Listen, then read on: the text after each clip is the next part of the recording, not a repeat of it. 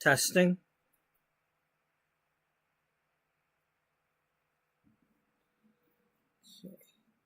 Welcome to episode 395 of Beauty Magazine. The Sims 4 story of a once thriving, now struggling fashion magazine. Welcome, Daniel. So we have had our 1-year anniversary. We're still kind of celebrating that. But we're also approaching the 400th episode.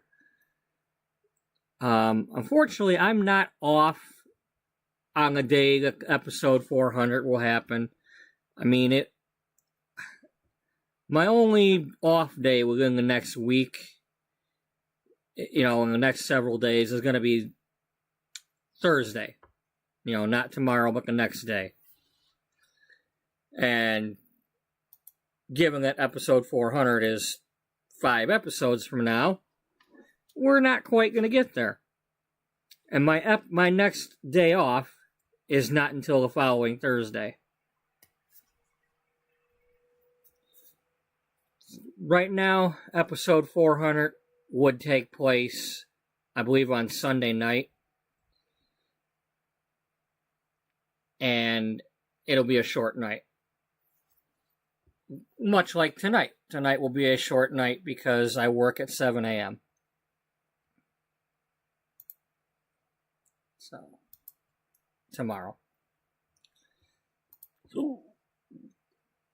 Excuse me.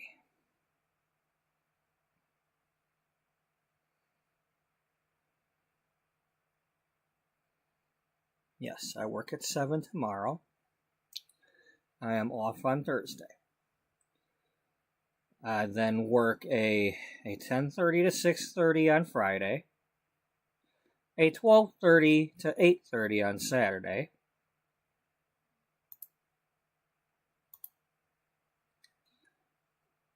on Sunday I am 10:30 to 6:30.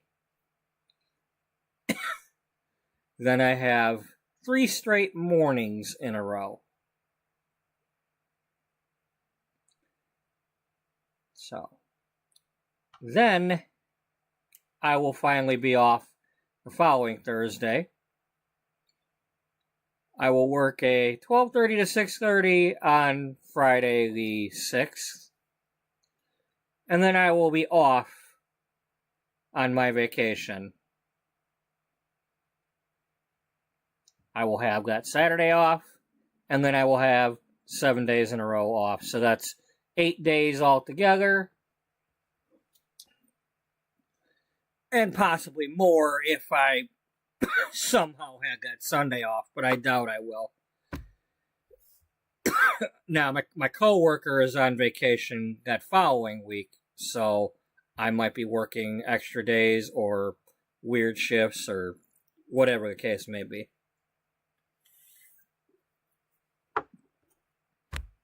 But in the meantime, I am aware now that my vacation has, to my knowledge, been approved or is on the schedule. So, on the week of the 8th, I will be off. But, what is my point? Well, my point is we've been watching the previous episodes from the beginning, the last, 7 days. Since the 20th. And I'm itching to do something and not necessarily watch more of that.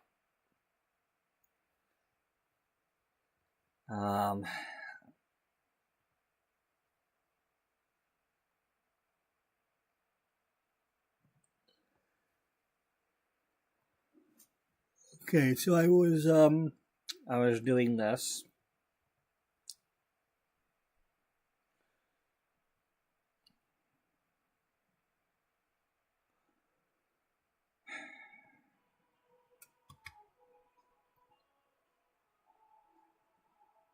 Oh, joy, another event.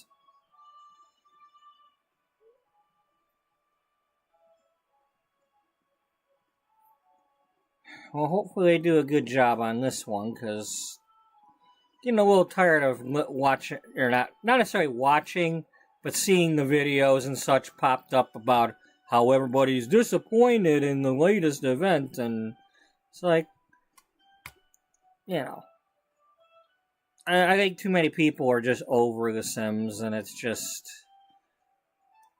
I'm over paying attention to that stuff. I can't be paying attention to that stuff. The people that don't like it, you don't like it, I can't do anything about it. Is the game screwed up? Probably.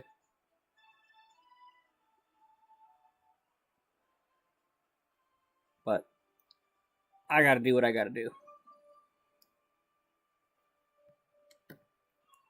Until it screws me over.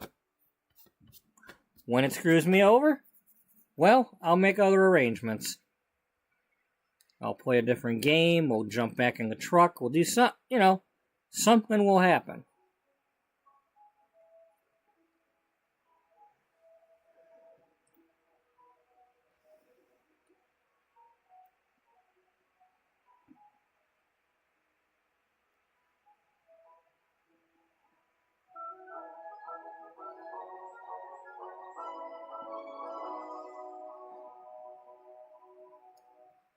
So,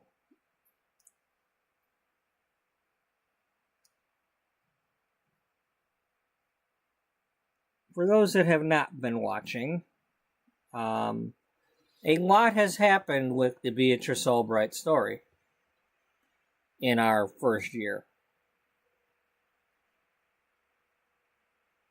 When we were first watching those, when I got those episodes we were watching past few days, I was talking a lot about how the people at the magazine viewed her versus what she really was like. I've kind of done a similar thing with Judith Ward, where, the reputation she has and the act she puts on when she's in front of the paparazzi and all that is not necessarily the person that she is.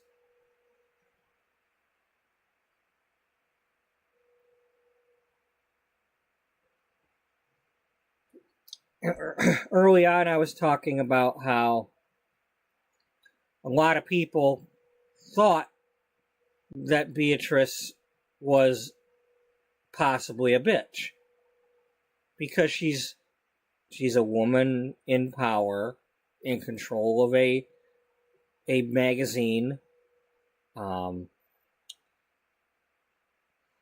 while originally Beauty Magazine wasn't a big magazine, it did get merged with another one, and that gave it a big reputation.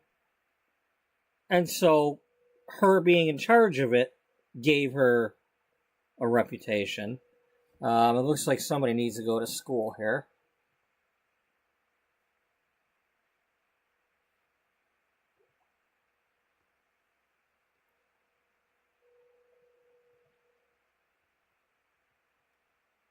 Oh, we're on the side of the building.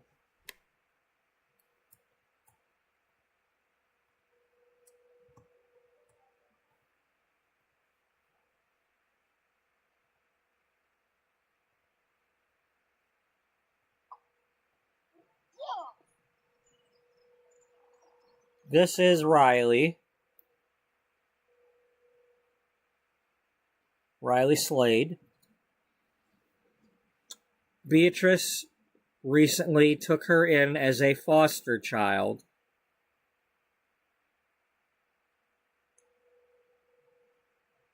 Beatrice is currently undergoing various treatments for cancer. I don't know what kind. Beatrice keeps things to herself. She doesn't tell me what she's doing. She doesn't tell me what kind of cancer she has. She doesn't necessarily tell me what kind of treatment she's getting. I don't know things.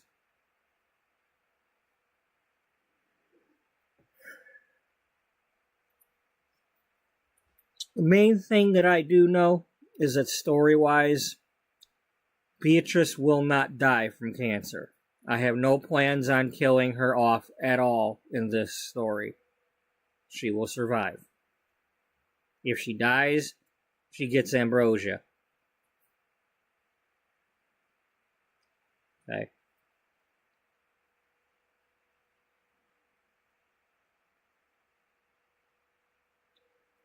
Now, does that mean that at some point she's going to get to adopt this child?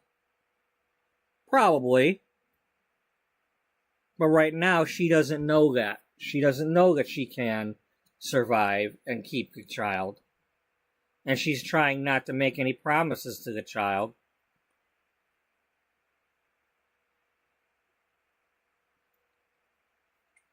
And so far, the only thing she's said was in regards to the stray cat or kitten that Riley brought home.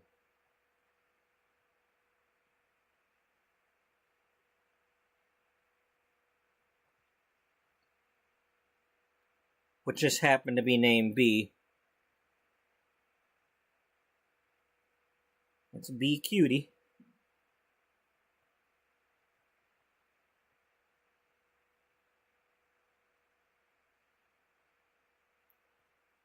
We've got Bobby Wynn, a coach, a positivity coach, staying with Beatrice. They are not a couple. They're not meant to be a couple. This is somebody that has gone through cancer before and is trying to help Beatrice keep her spirits up. I mean, it's kind of like if you're in what I assume anyway, because I haven't been there, but what I assume if you're in like Alcoholics Anonymous and you've got like somebody, your sponsor or whatever, trying to keep you from drinking.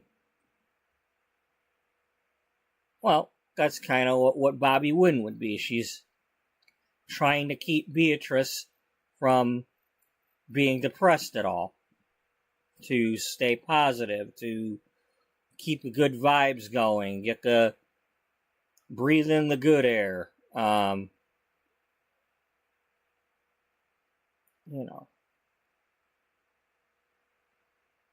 Just in general, have positive thoughts. A cheerleader. Yes.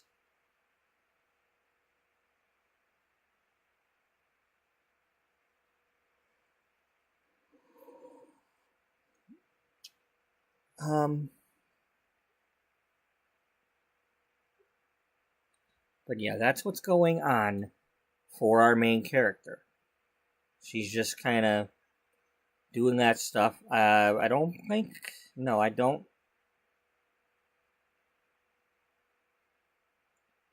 We don't have her with a job right now.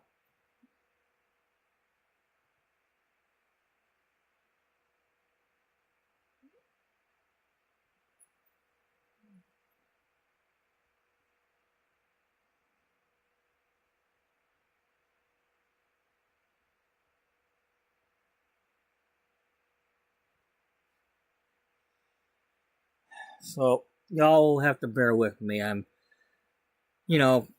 am probably tired, and there's a possibility I could fall asleep today.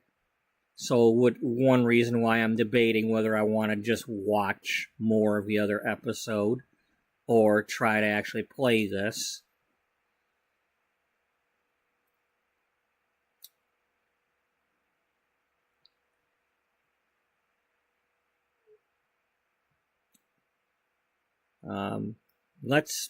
For the moment, let's go around and check in with everybody. Let's just go see where everybody's at from our main character groups.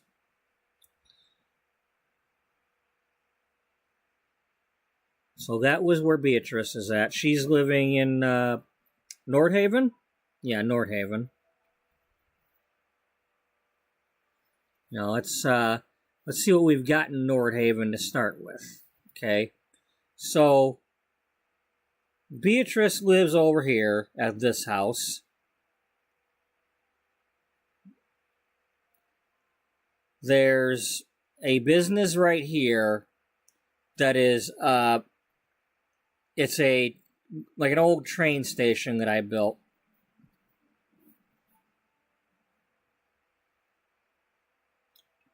And right before Dana missed going to her niece's birthday party, we had her opening her store, in which she came here to Nordhaven and she bought this abandoned train station.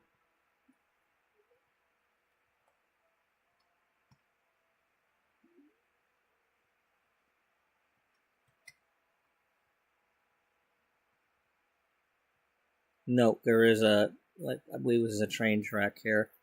Yeah, trains come up here.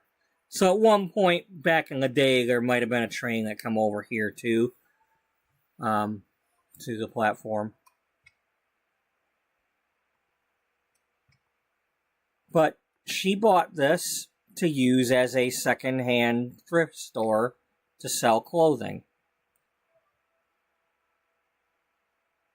But then the situation happened with her niece, and then she moved, and she hasn't really been here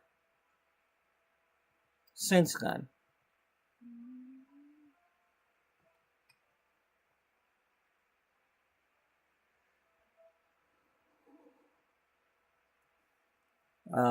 She probably should come back here once in a while. Or somebody should.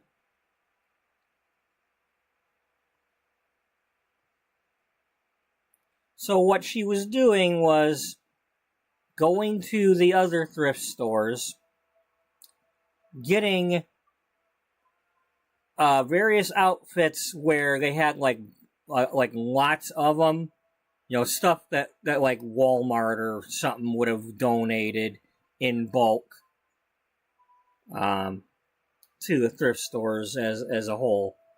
And she was trying to put together outfit ideas using some of those things that were never matched up before, to kind of get people to buy them and, in a way, recycle them. Make them popular again so people had a reason to buy them.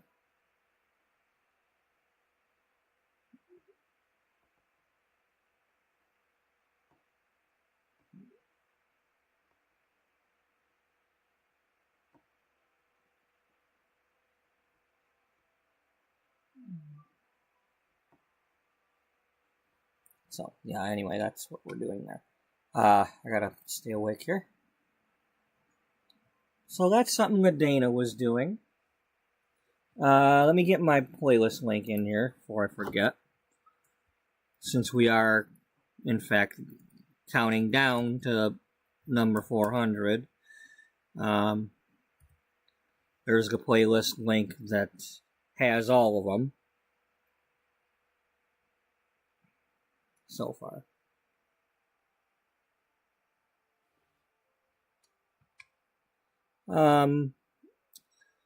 Over here is Beatrice's doctor and nurse. Two of the very few people that know that Beatrice has cancer. So they know. Bobby Wynn, who's living with Beatrice, knows. And I may have had Charlie Chambers know that. Now, back several episodes ago, around episode 100 or 150 or whatever it was, Beatrice was at the park here in Nordhaven. I think a park area up around the museum here, and she was knitting some baby clothes, some onesies and stuff for Dana's niece. And she got worn down. She was tired and worn down and passed out in the park. And it was Charlie Chambers, her former publisher, that found her there. And so Charlie might be one of the people that knows she has cancer because she took her to the hospital. But it's only those few people, as far as not counting any nurses and doctors at the hospital that would have worked on things, and but nobody at the magazine knows that Beatrice has a health issue of any kind.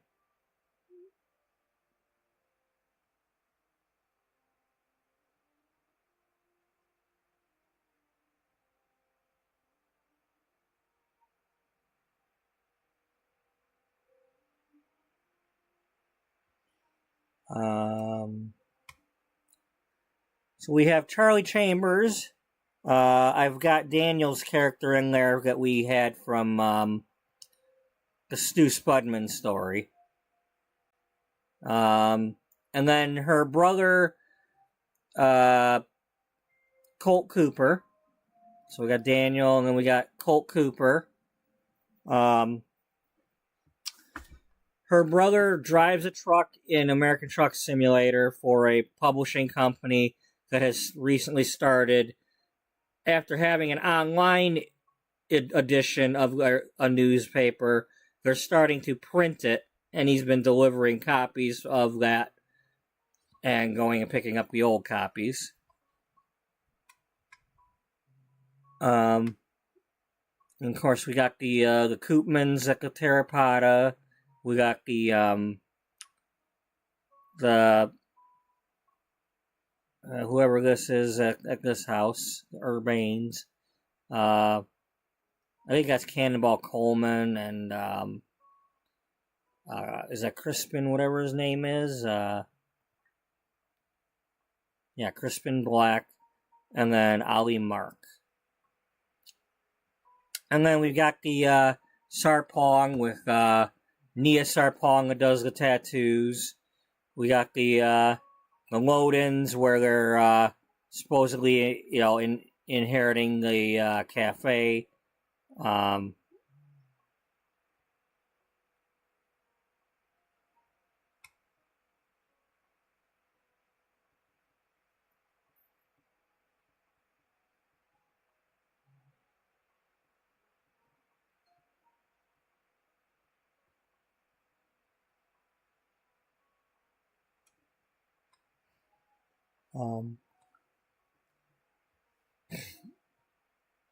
Alright, who's at the magazine building? Okay, so currently, the only original character that we have in the magazine building at the moment is Cody Poehler. Julia Wright, the mixologist who came to be a stayover guest and became an intern, is currently there. We have Benjamin Lloyd, a photographer who used to run a modeling agency.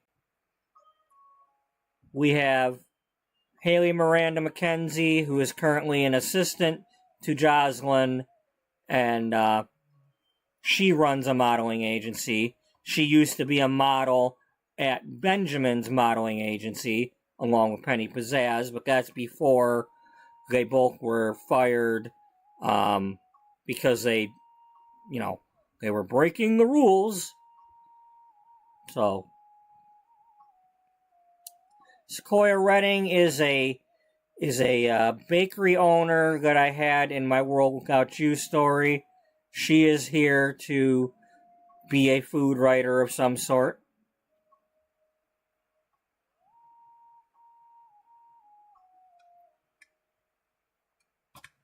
We have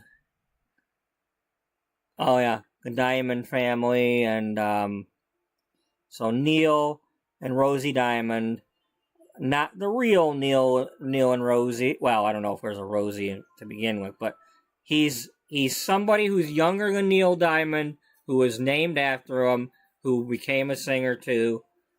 And then we've got some people in here that work as kind of freelance writers or whatnot for the magazine. Some of these characters are from 7 years ago. My first characters, Rocky Brewster was a kids author. Crystal Stone was a collector, and then became an art teacher in World Without You. And then we have Mikey and Jennifer, who have writing skill, or according to the wiki, they were either had writing skill or worked as some sort of writer, so I added them as people that would come to the magazine.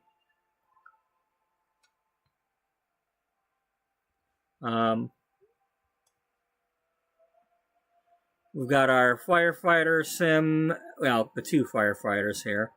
Amanda Summers and Chief Mosby. Up here we've got our people that are getting ready to open their health retreat at some point, that eventually Beatrice will attend. She'll visit that health retreat.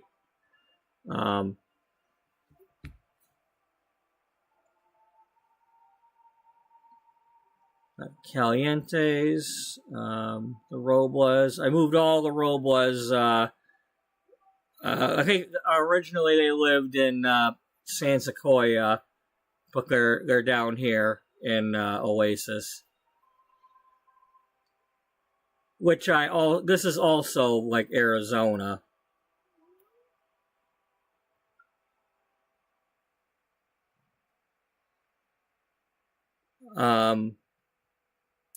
This is our news station. We've got a bank over here. There's this is a beauty store that somebody else made, and I plopped it down here months ago. We got the I think I made mead as I think these were like testing people. I was just playing around with something one day. Dr. Connie Salor, the psychiatrist that Dana is going to as she's dealing with her grief over losing her family. Dr. Corbin Thompson, basically like a general practitioner and pediatric practitioner. Dana took Sydney to see them early on to make sure she's fine. And a couple other people have gone to see Dr. Thompson. Dr. Thompson and Hannah Bear, the nurse.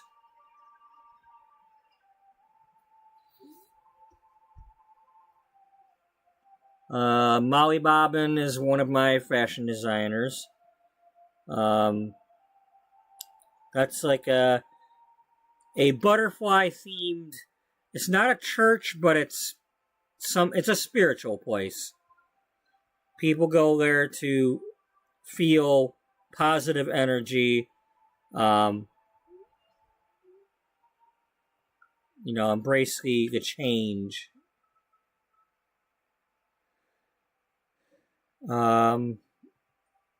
Windenburg.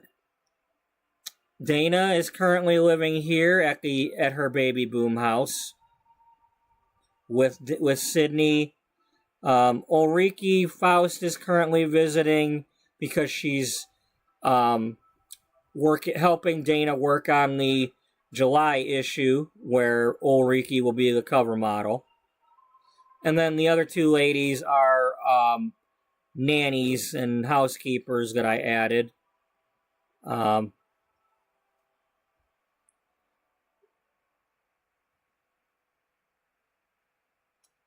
This here is in progress. It's, the health retreat that I was talking about, that those other people will soon be opening. Or at least that's the idea, that they open that.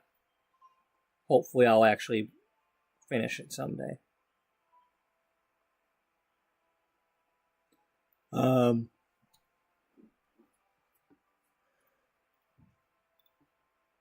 This is currently where the Downings are living. This is Victoria Downing, the mother of Lola Downing, and Gloria Downing, our rival. Gloria Downing has Gloria's Guide magazine, which is like no other magazine even comes close to getting the profits and whatever that Gloria's Guide is getting. It's like Gloria Downing is like the queen of fashion magazines, and you will not dethrone her. Or maybe you won't. She thinks she's untouchable.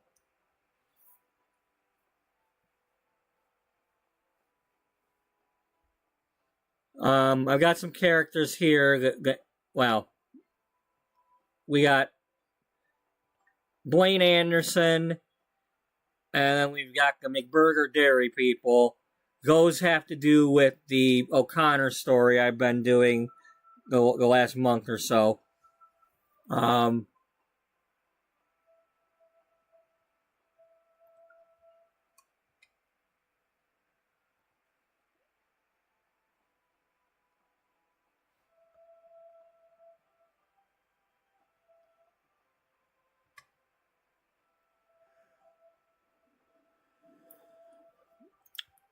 Penny Pizzazz,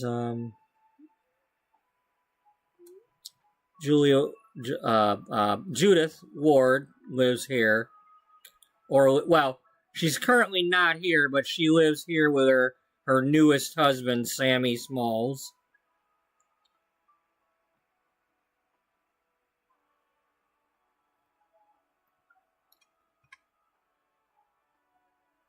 There's Aubrey Thornton, our March cover model, and she's an actress, and she recently got married.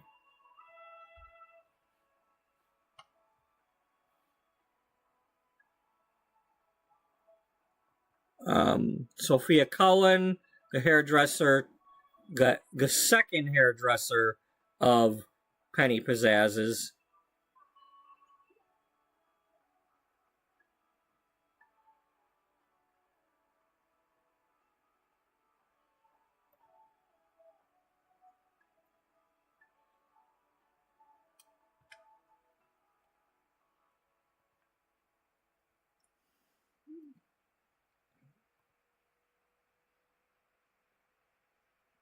So it's like, I can barely see that these are here. It's like, oh, there's apartments here, cause there's no plumb bobs sticking out of them, so I'm not even thinking to touch them.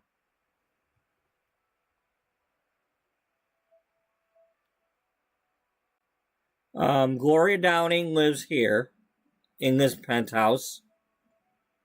Those are her butlers. Those are the butlers that live with her as added Sims. And then she also has a butler that's still an NPC.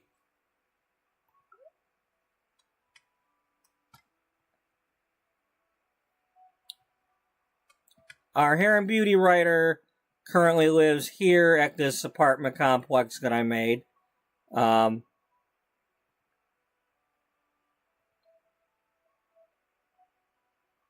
And she currently has some, like, a roommate and then a guest that's over there.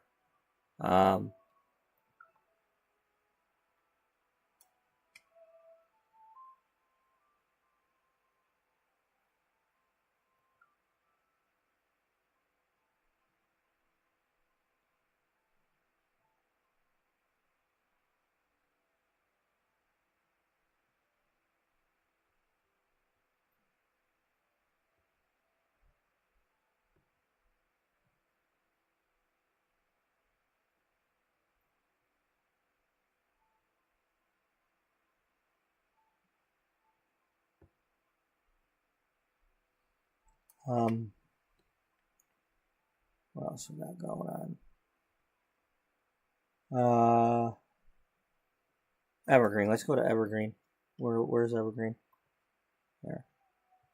Jocelyn is currently here. So Jocelyn is currently at her mom's house. Her mom and her stepdad. Misty is with her. This is Jocelyn's new adopted sister. Jacinda and Dale adopted Maria Fraley. And then Judith Ward is there because while she's not showing yet, Judith will be showing as being pregnant eventually. And they're working on an article that they're going to tuck into one of the next issues of the magazine without putting anything on the cover saying, hey, pick this up and read all about Judith Ward. They're just going to sneak it into the magazine, and lucky readers get to find out and read the real story of Judith Ward and her past relationships.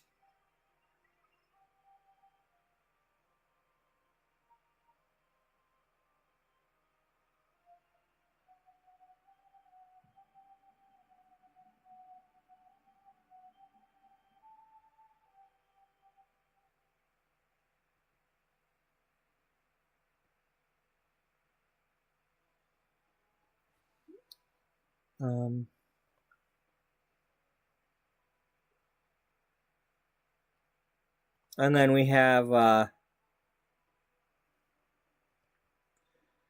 Caroline and her wife, Brooke, and their 4 infants, along with Brooke's long-lost sister she didn't know she had, Genesis, and Brooke's mother, Dorothy. So we got 4 adults and 4 toddlers. Let's click on in there to see if any of the toddlers are missing.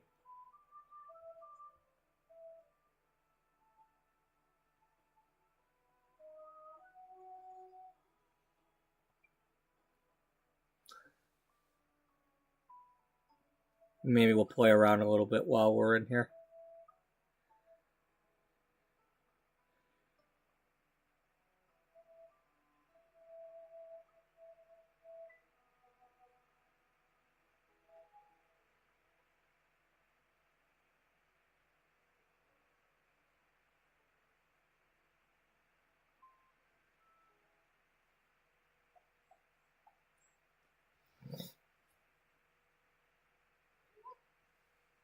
Okay.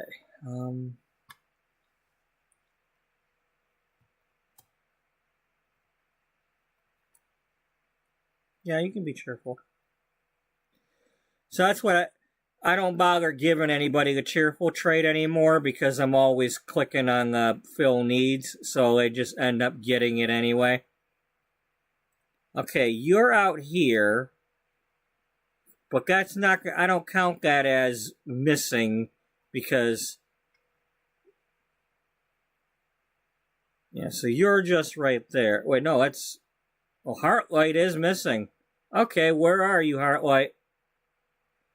Yep, you're out here playing in traffic. How far away from home are you?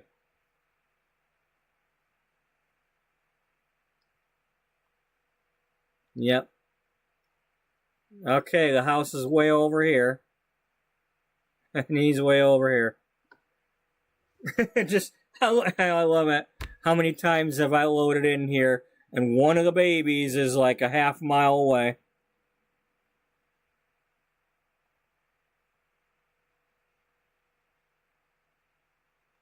Alright, well, that's why we leave things the way they are, and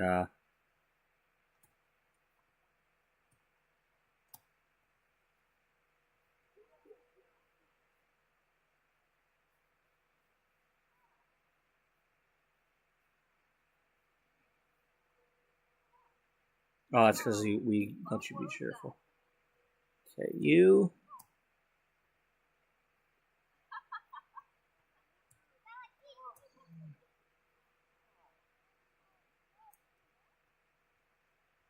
Okay, I think I've got whatchamacallit on free will for the non-selected sim. I might.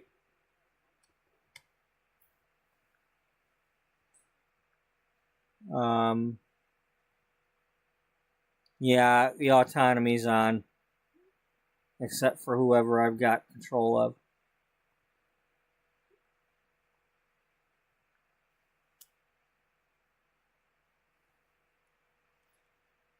Well, let's see what that's like, letting the babies kind of do what they want a little bit.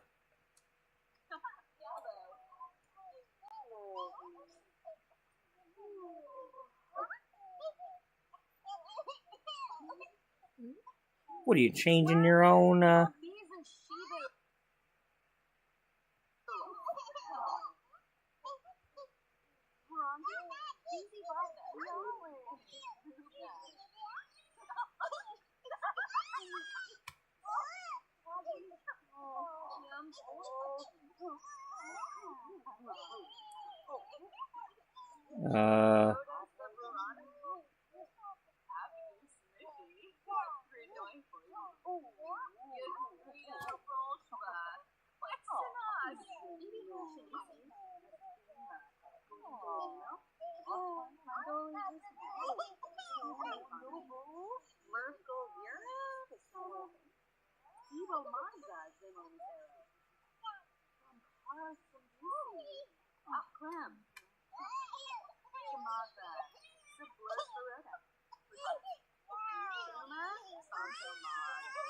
What is going on?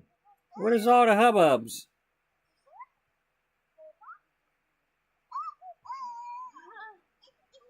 Oh, Mama's already doing it.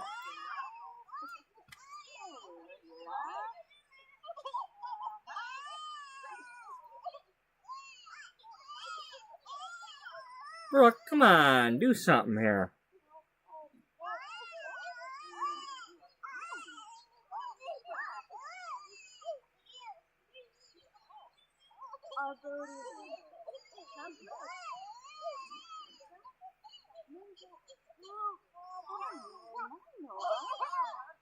Whoa, hey, that's not a basketball.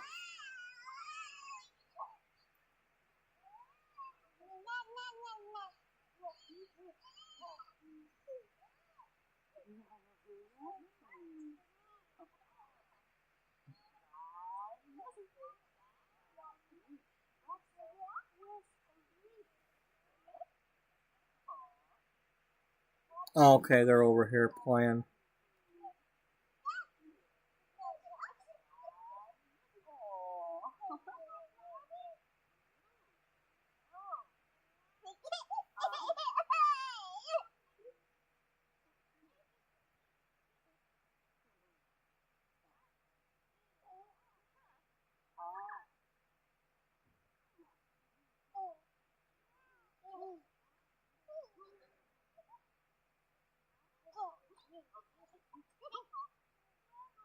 Alright, well, who goes where?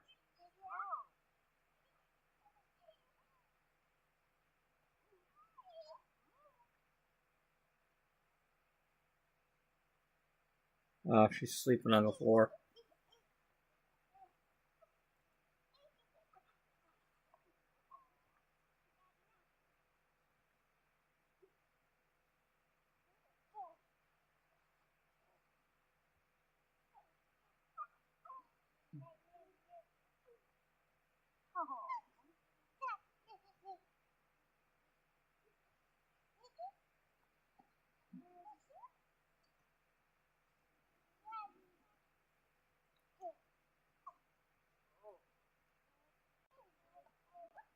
Now, what are y'all doing? Are you having a moment with your spouse down here?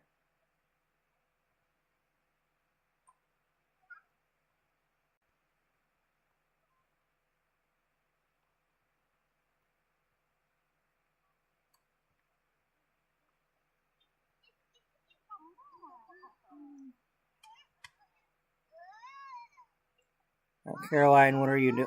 What? Why? Why'd you do that? She was wanting to sleep. Okay, all right. No more. You guys are being goofy.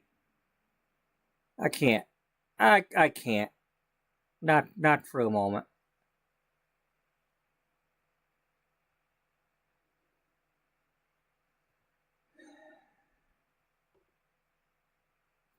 Not with the babies. Because then it becomes, you take them out of the crib when they need to go in the crib. Then they're all getting all, it's too many. It's hard enough to do this stuff with autonomy off. Because I've done it. So. Now you. Put Caroline Jazz to bed. You don't need to be dancing. Come here and put your granddaughter to bed.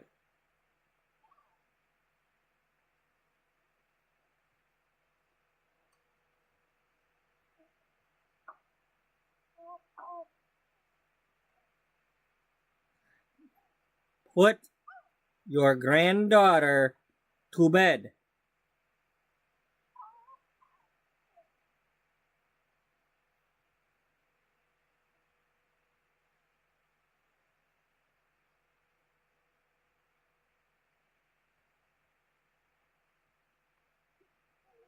Okay, Brooke Cherry's sleeping there.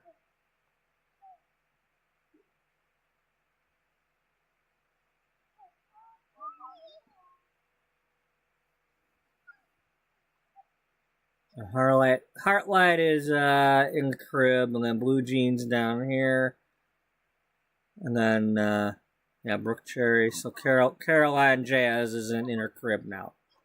Can you tuck her in?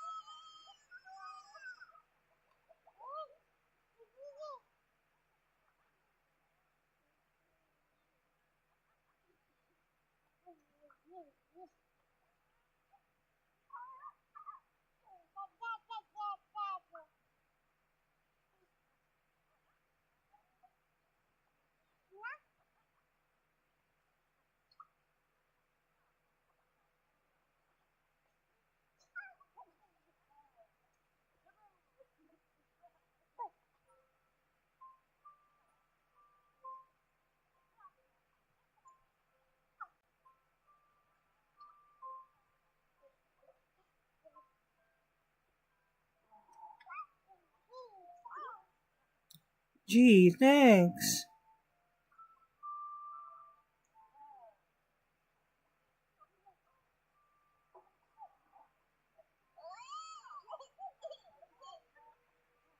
Okay, are you done?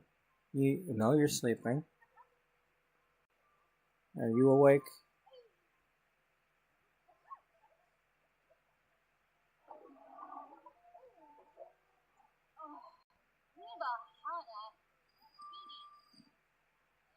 Brooke, there. I don't know what you got in your hand, but you're obviously glitched.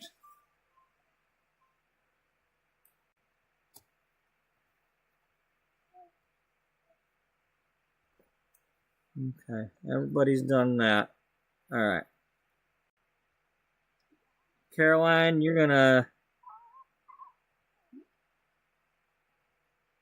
come over here and resume what you was doing. Take your bubble bath that you didn't get to take yet.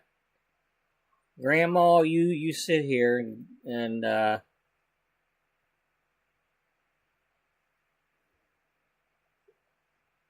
you don't have one in your inventory? All right.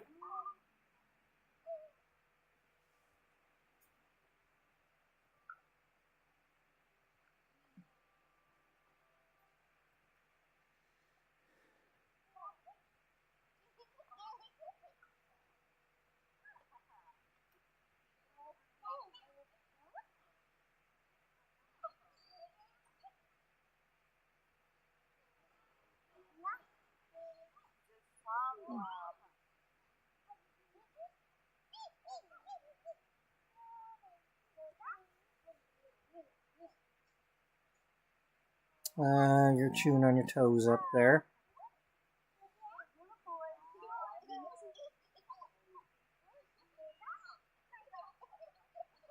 You're awake.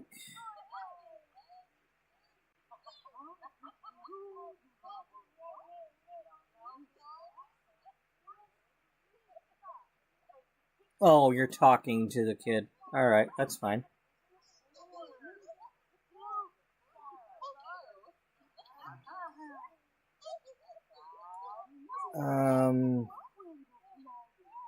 I don't think you guys can. Yeah, I think you're still young. You're not toddlers yet. You're still infants. So you can't climb up on the furniture.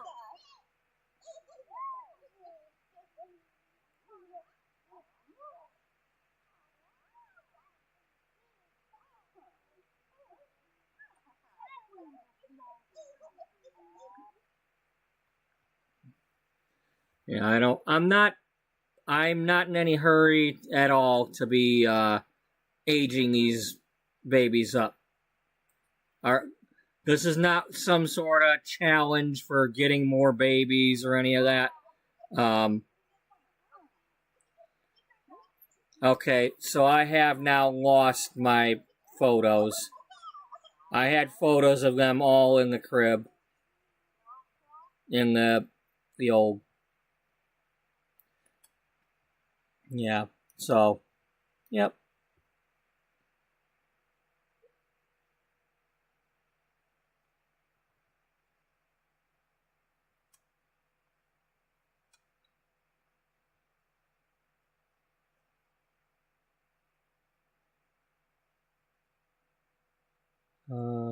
Did I have a picture of them like that?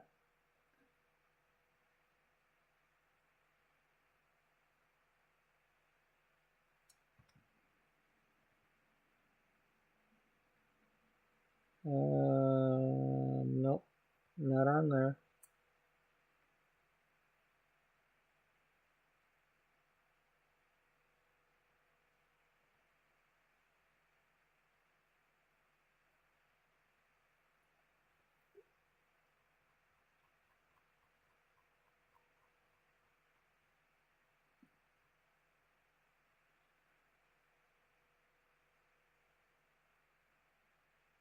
Sorry if that bothers anybody's eyes, but you know it can't be helped.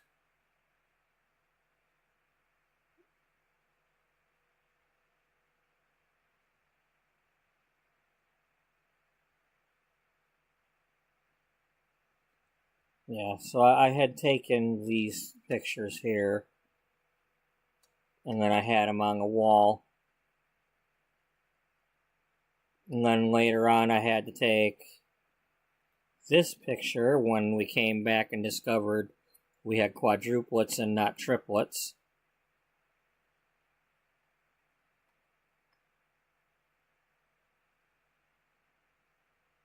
Surprise! Clifton Diamond was born. Clifton Blue Jean. Yep, Clifton Blue Jean.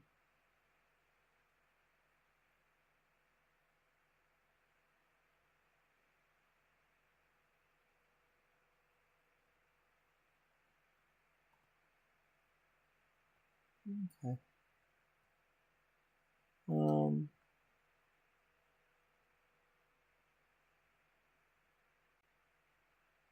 So you're just talking to the baby. That's fine. What are you doing?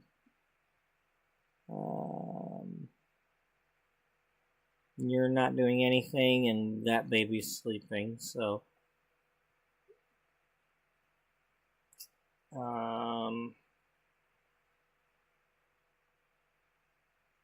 what can we click on you to have you clean somehow? You know, I don't know exactly what's dirty.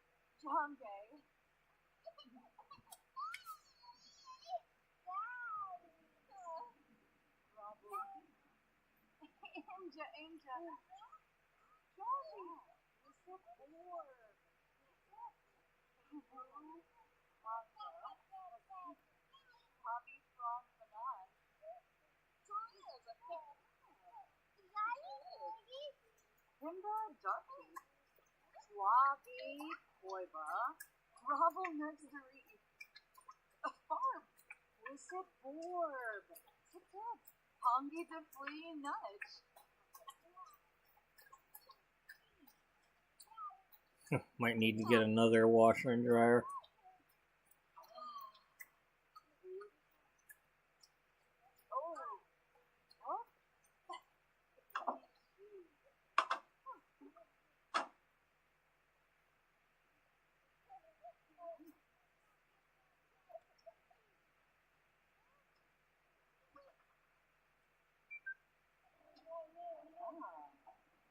Oh, that's the lint from the lint tray.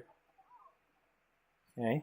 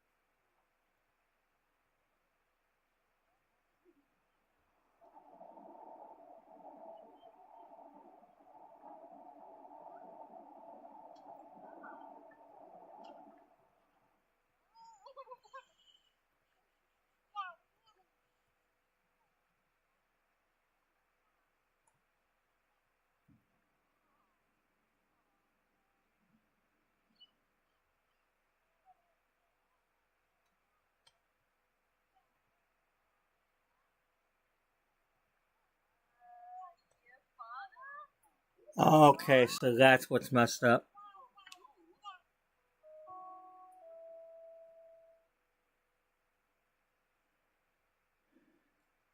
Yeah, whatever.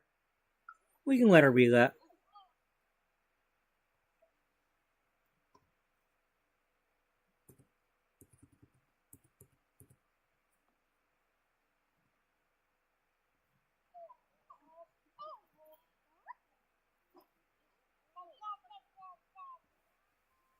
Uh-oh.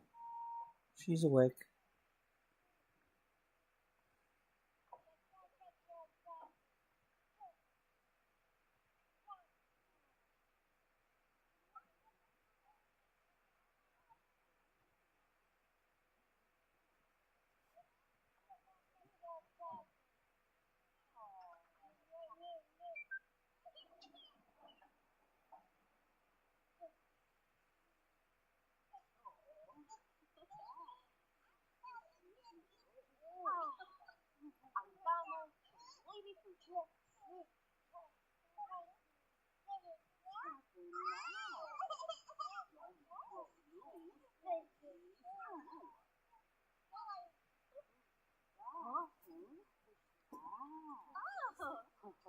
Are you okay, buddy?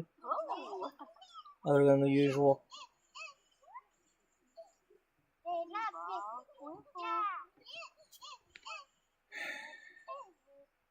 Alright, well, since we're back to actual live playing, that means if I have to let him out, I have to pause the game.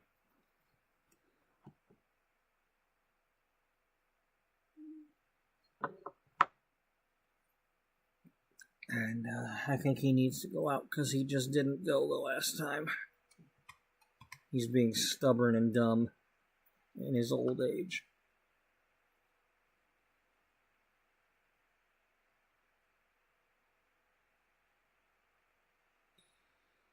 So, I'm going to let the dog out.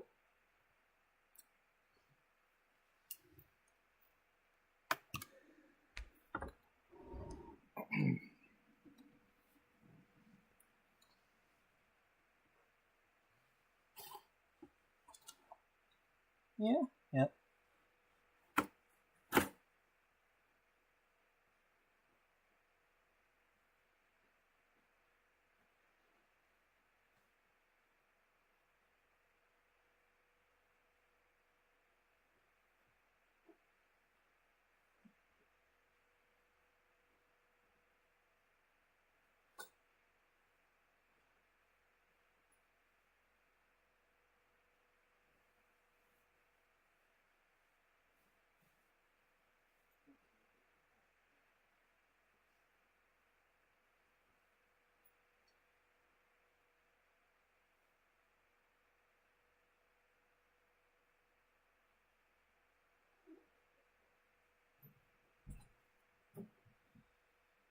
Come here, buds.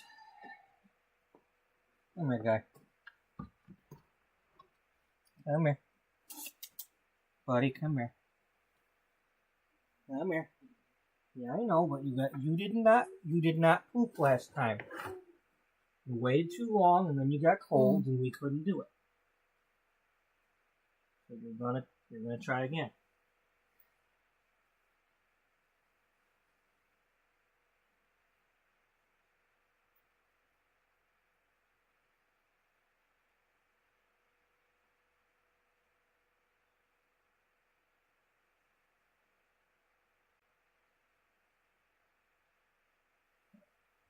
Alright, we got you. Let's go.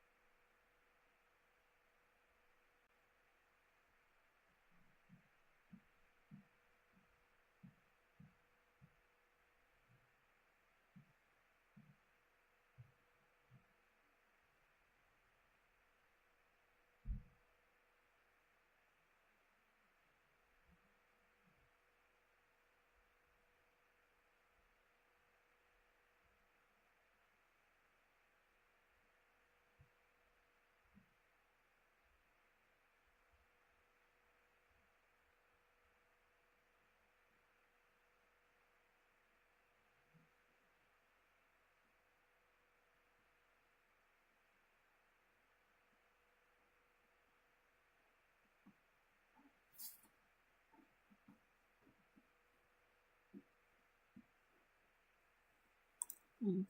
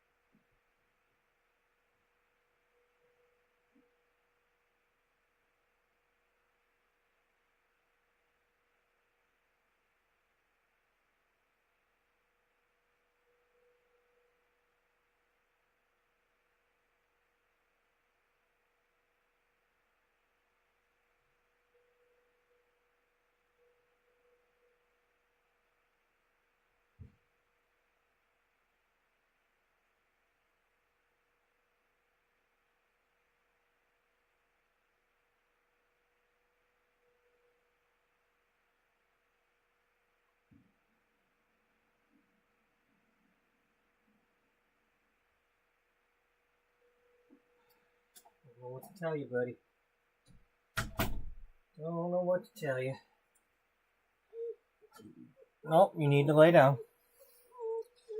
That's twice now. That's twice. You go out there, you spend too much time sniffing what the other dogs did, and you don't do what you're supposed to. And then your toes start to get frozen, and then you don't want to be out there. And I can't help you. You know, you got to do your own business.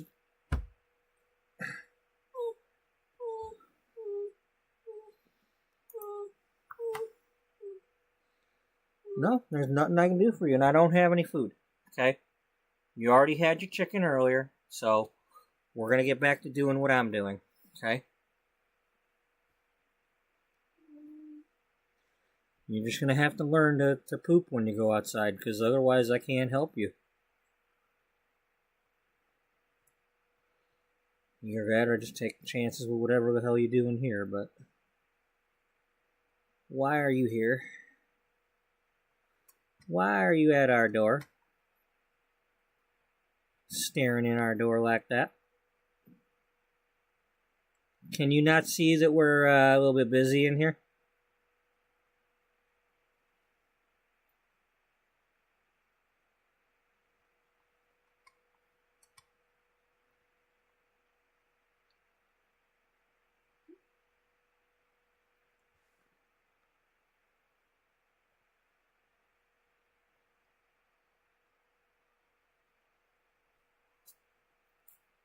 Your name's not Wolf, is it? Thailand doesn't translate to wolf at your door, does it?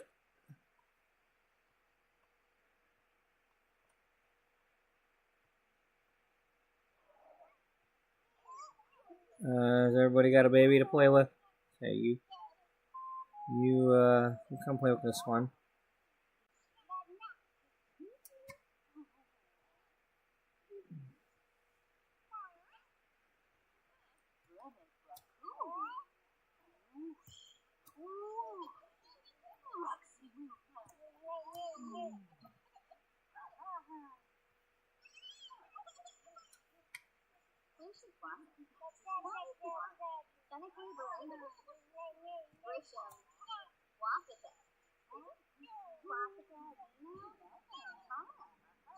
Okay, you need to take care of a baby.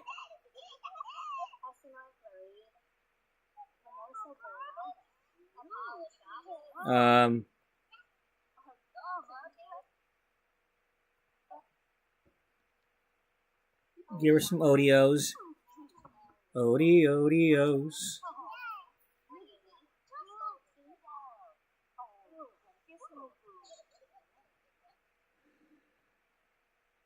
Yep, he likes Oreos too. Wait a minute, what are you doing? No, you just do your own thing. Heartlight wants some food.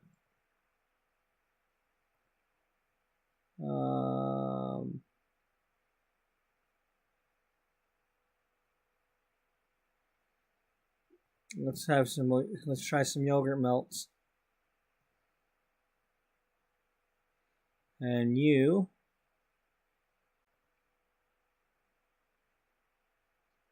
try some banana slices.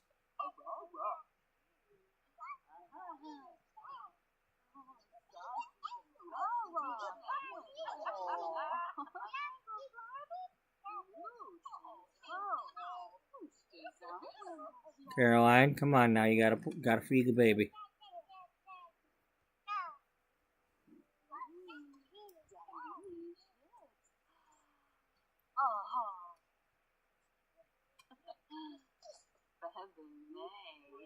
Still not sure about those, huh?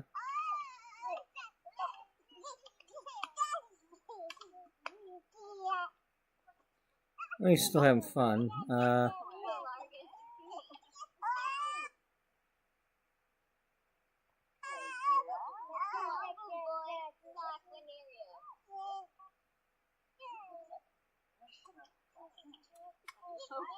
Caroline.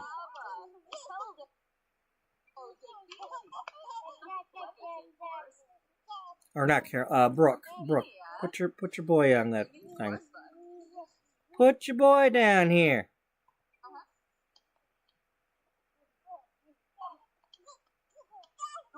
Stop telling me no. Get to doing it. What is your problem?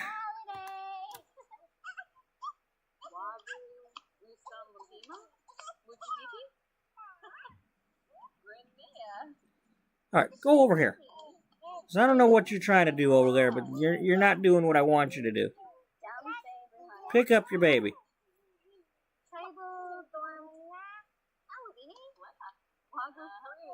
Will you quit canceling out what I'm telling you to do?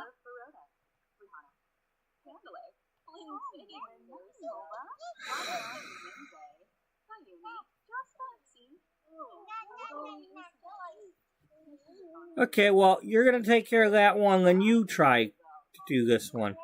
No, not. What is the...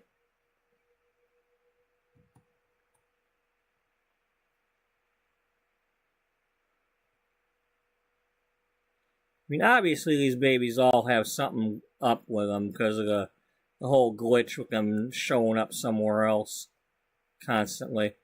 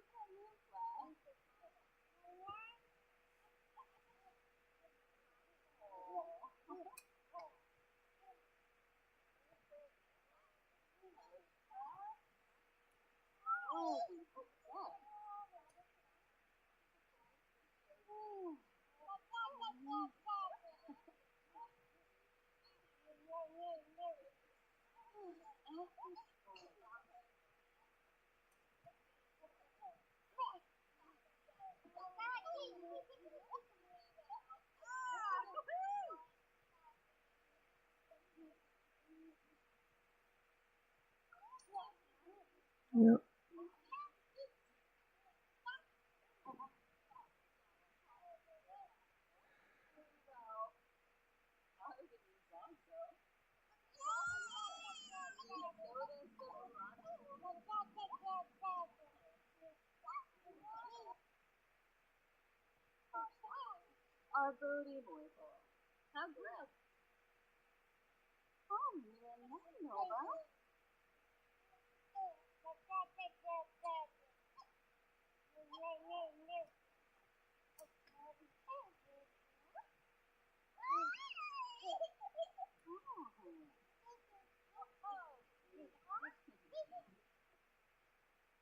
Okay, this fighting over who's taking care of the baby stuff's got to stop.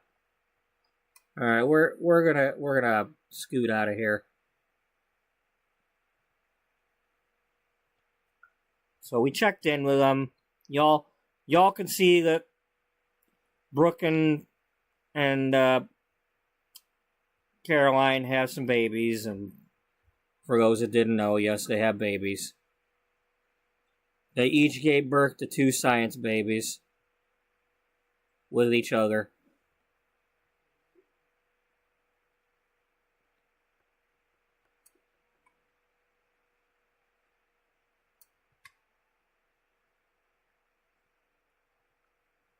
You gotta be careful when you play that thing with, hey, yeah, let's have a baby. Yeah, a baby.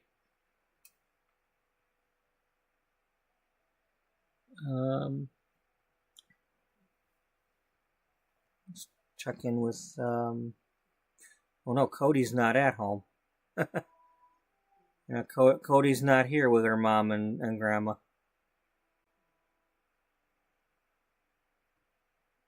And Daddy's up there at his doctor, his horse vet area, his rehab center, or whatever he's got.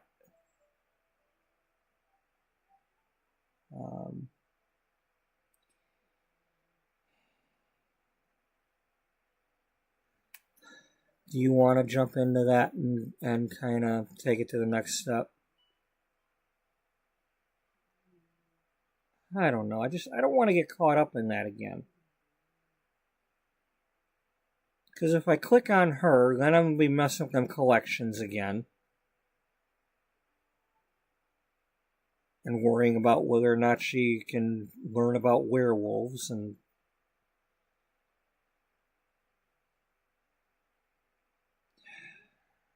I'm trying to get to the next part of the story.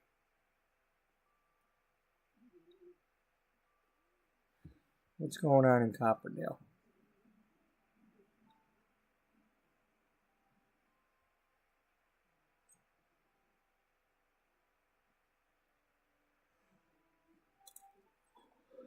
Okay.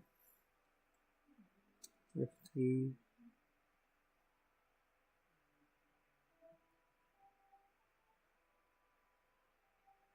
Not much.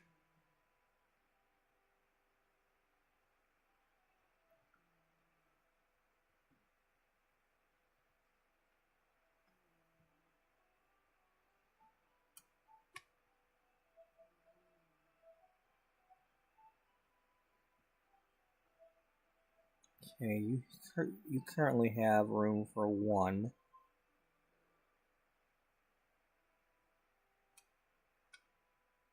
Well, yeah, because you remove Maria and then you remove Riley.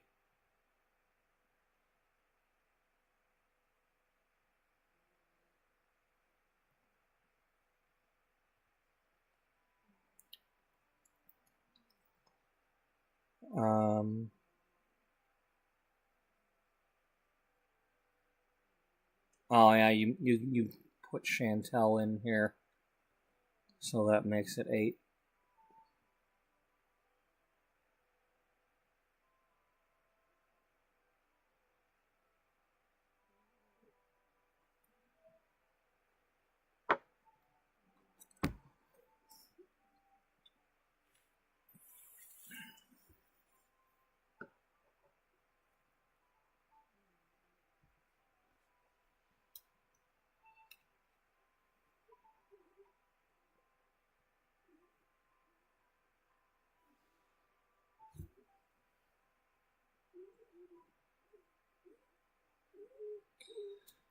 Calm down, bud. Is there anything I want to do with these models right now?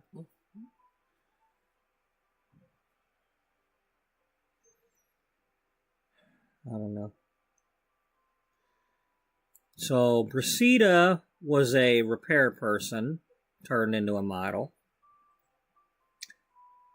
Stephanie was a maid.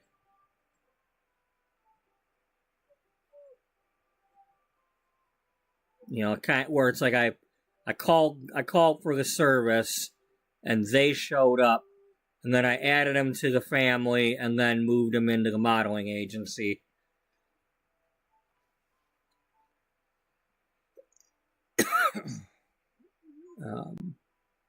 And they were some of the early covers for Beauty Magazine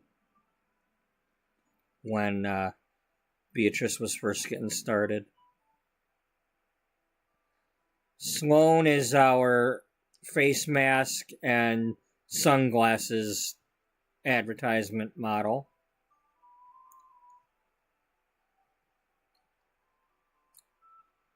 Lexi St. John was the second cover model for Beauty Magazine, right after Penny Pizzazz was the first. Lexi St. John was about to star in a soap opera called Bright Bells, which was about a magazine.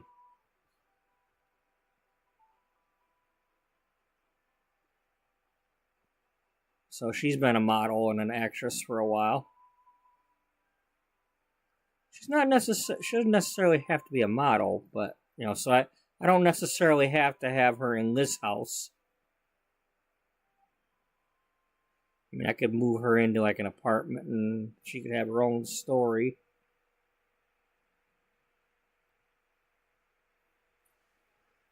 There's our Pierre Plaza restaurant. The restaurant is at the top here with the outdoor seating area. The hotel is under renovation. My way of saying I made the shell and didn't do anything with it. But the restaurant has been open while the hotel... Okay, I don't know if I said that right or not, but the hotel is under renovation while the restaurant has been still open. I don't know if I said it that way the first time, but that's what I meant.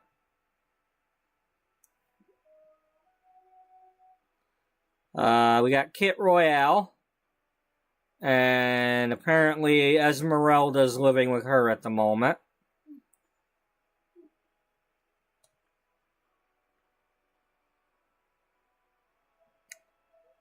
Kit Royale is one of my fashion designers. I named her Kit Royale, as in sewing kit, and Royale as the Royale Dansk cookie tin.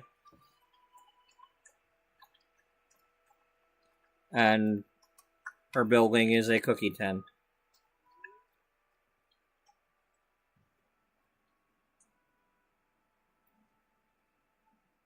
It's just a cookie tin.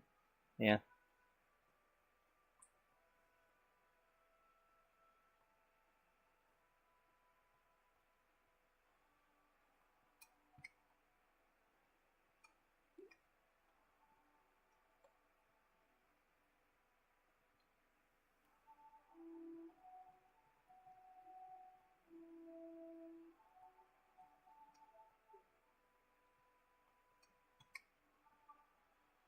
You know, this is like if I ever were to go on that one site and get somebody's got a custom content sewing machine. I could get that and plop that down in here, but it's adding custom content to my game to only serve the purpose of being clutter. And if there's anything glitchy with it, well, I'm stuck with it because it's glitchy, but I just happen to want to have a sewing machine. I don't want to have to deal with that. I don't have custom content. I don't have mods. I've already got glitches, you know?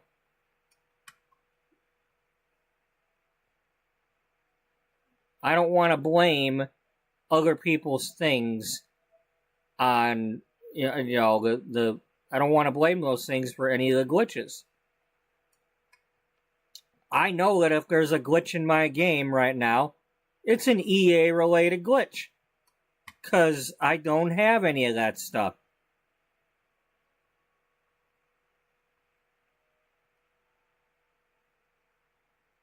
But anyway, yeah, we've got...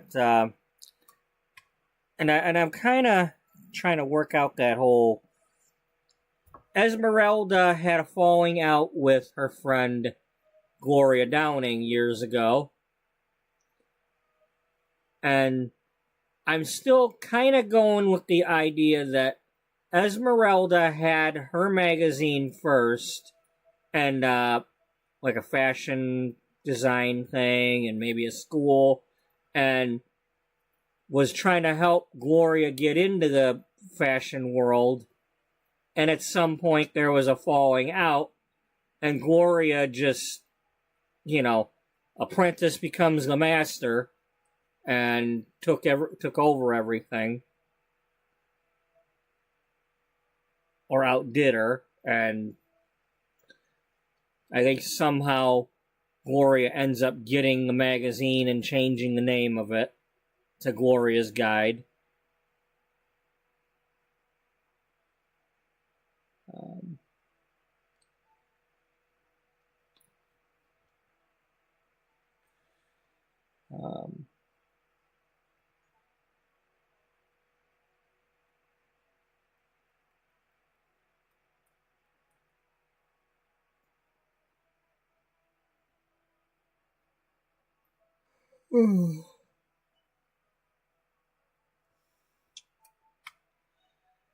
One of these days I want to go in here and work on the mall a little bit more. Actually make some stores.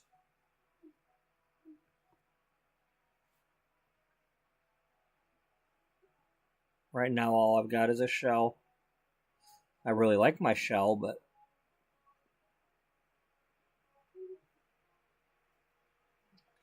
my shell, my bell.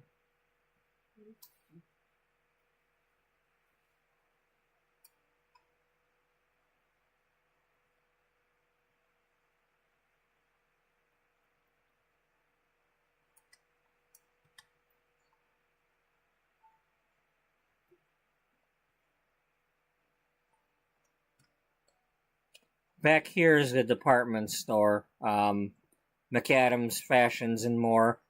It's a discount department store. It's not going to be as expensive as a Macy's or something like that.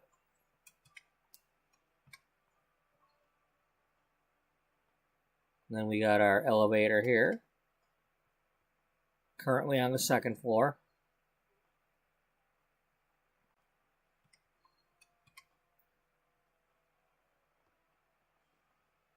Somebody had I don't know if it was working or not, but somebody also had a custom content escalator.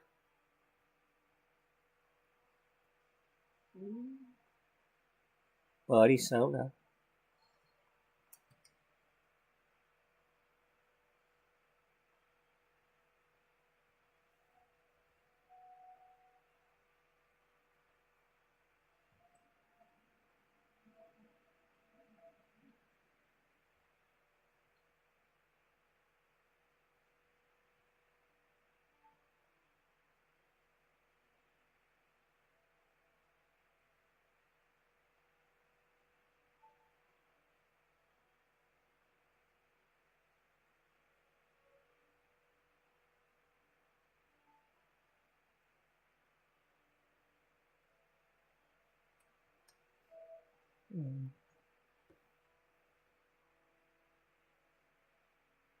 So that's the problem. Over the year, it's like I've had so many things that I've been able to start and just didn't have the time to really mess with, and a lot of gameplay. Okay, here we have the building that used to be Cloud9 Publishing, that used to have Blush and Bloom magazine.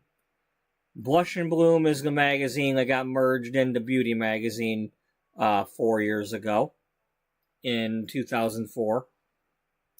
Our story currently is in 2008.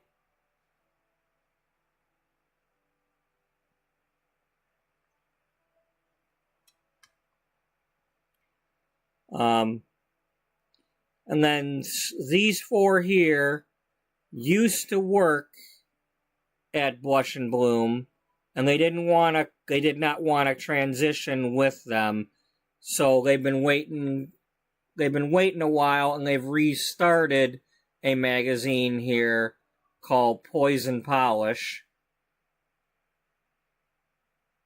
That's Poise and Polish, but it sounds like poison. And then Holly Glam magazine is owned by Nancy Landgrab's publishing company, Landgrab Publications.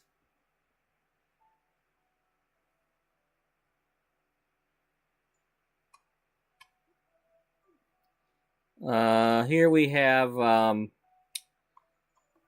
the ice cream shop that I had made for Brooke and Caroline.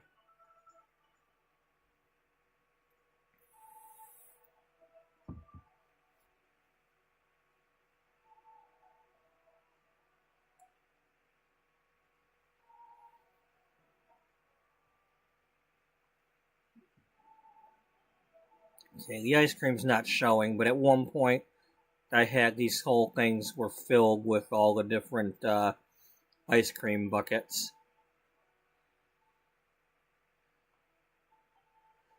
I was trying to see how many things it took to have one of each or two of each or whatever.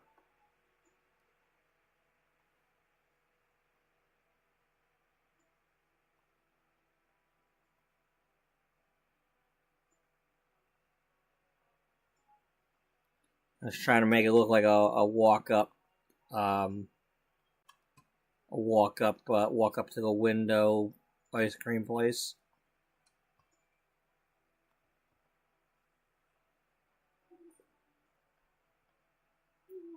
Buddy, stop.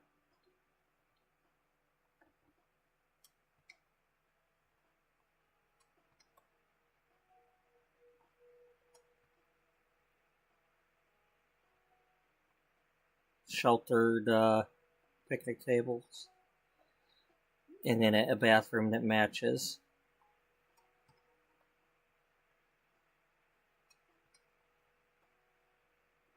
A dumpster. To be a dumpster.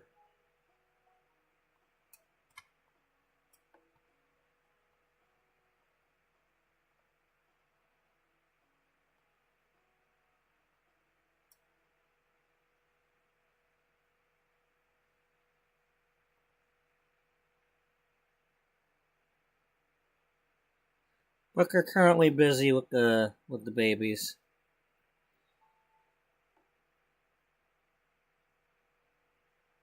What are they doing with them babies?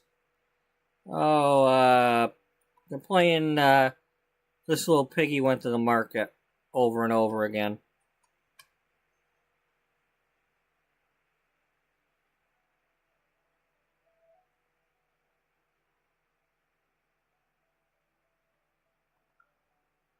How many markets? I don't know. How many should there be?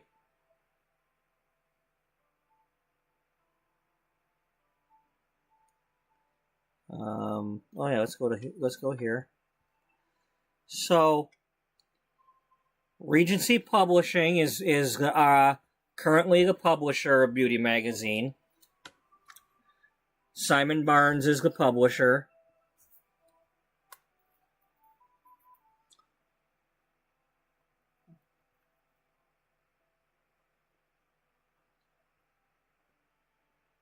Currently, Gloria Downing keeps her magazine offices there. Her magazine is also under the Regency Publishing banner.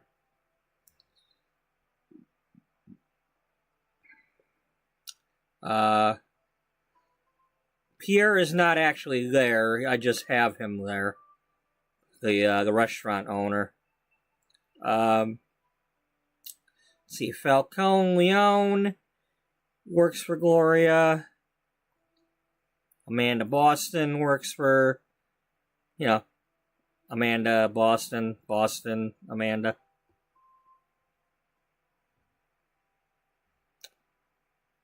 I'm trying to make you realize Amanda Boston.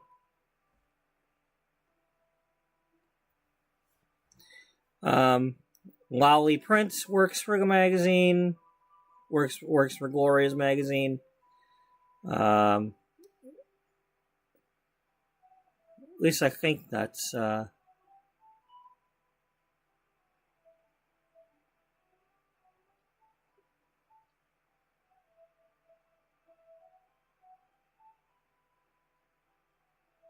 I might be wrong. Amanda might actually...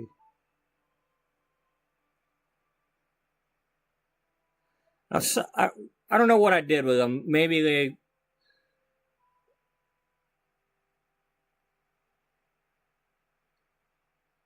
I had a couple of people in here that were the secretaries for Simon. Maybe these are the same people, but Misty's mother... Well, Misty grew up... Okay, I need to... Because I've added to this story so much with the whole truck driving thing and the cheating and the... So, Misty Miles, our romance writer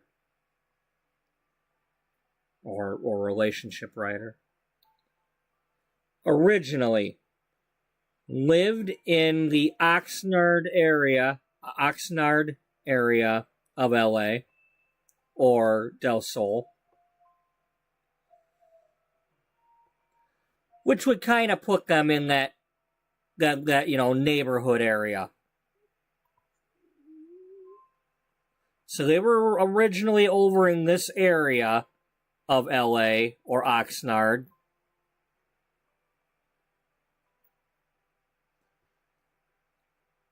until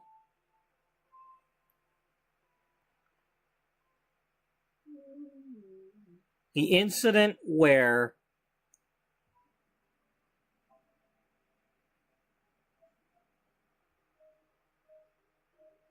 okay, they're still here. There was an incident where Misty's dad came home from driving his truck, and her mom's friend, JoJo, got into Mitch's truck. So we got Sylvia Miles and Mitch Miles, the parents of Misty. Mitch was a truck driver. He came home. JoJo got in his truck. When he got home, Sylvia saw that she had been in his truck.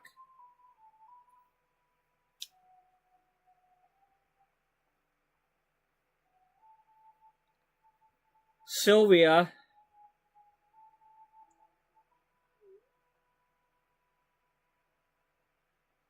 am I saying that wrong again? When Mitch got home, Sylvia saw that JoJo had been in the truck.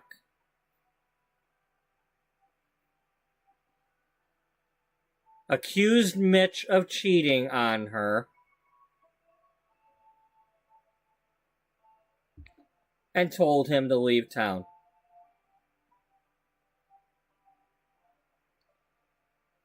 Mitch, not wanting to argue with her because she just wouldn't listen to him,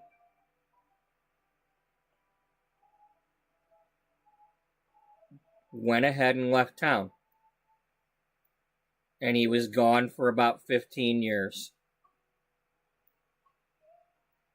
He's tried writing letters to Misty, but Sylvia kept them from her.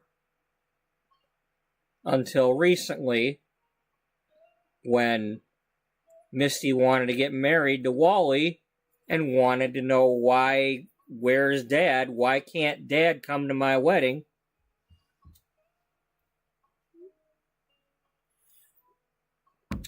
And got Sylvia to admit that she had been holding them cards and letters, and, oh, so my dad didn't just abandon me after all. He was actually trying.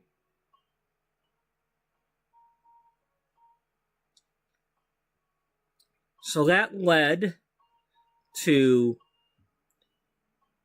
with the information they could gather from the cards and letters, to try to track him down.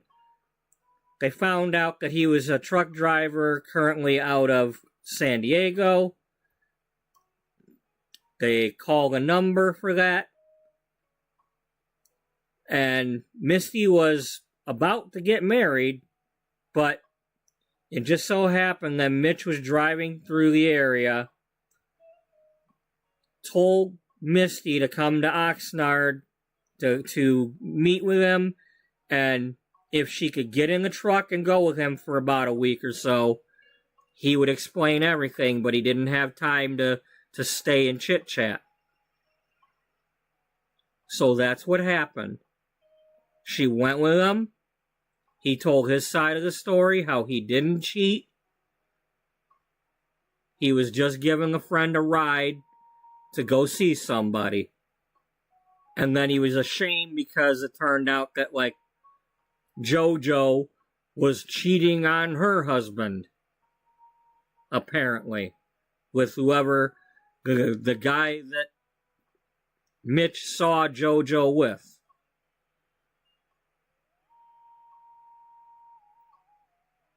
You know, it was all a big misunderstanding, because when Sylvia tracked down the other husband, JoJo's husband, he told her that he wasn't actually JoJo's husband. He was a friend who was helping JoJo get away from her abusive adoptive father.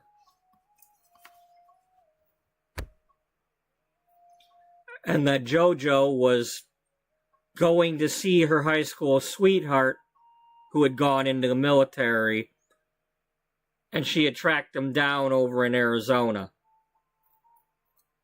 And that's what Mitch had done. He had drove her to go see Alonzo Tate in Arizona.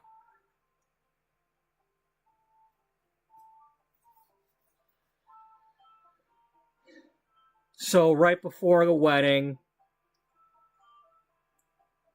Sylvia and Mitch talked to each other. I had the confrontation, and they had gone to the romance festival soon after, and just renewed their vows. It's like they had never gotten divorced. Sylvia had never signed the papers or never wanted them, but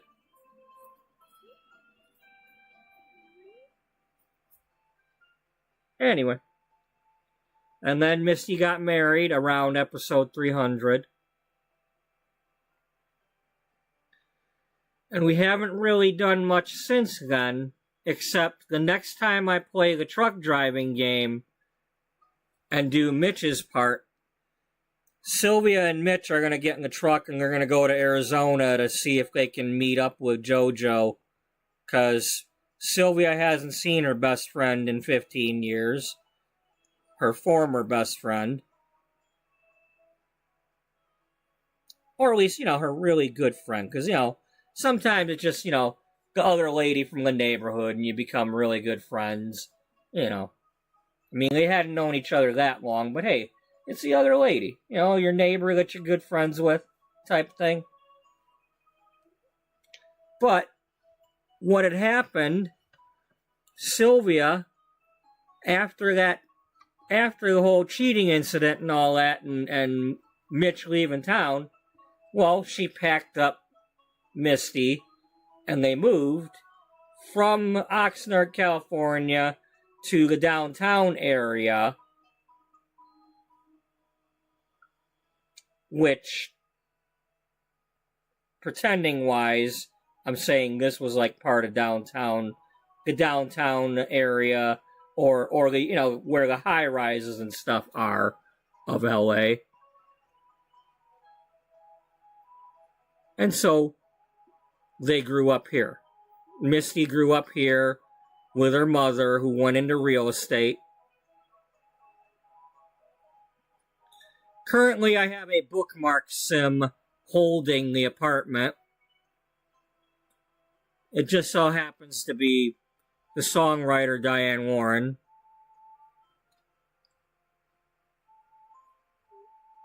Really? Yeah. She might finally win her Oscar this year.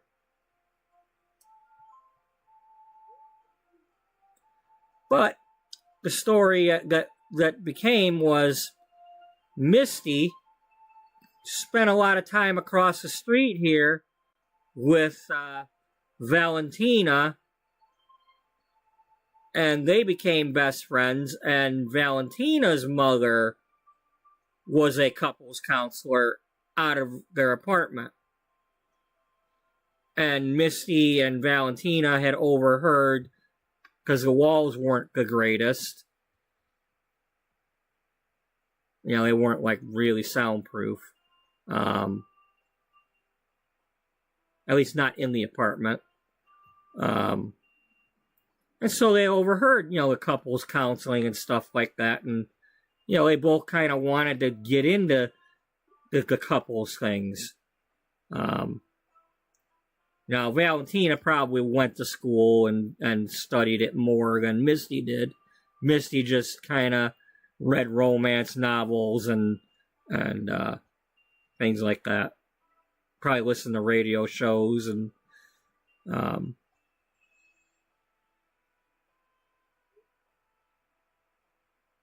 but anyway, that's where Misty's backstory kind of came from after I finally added to it.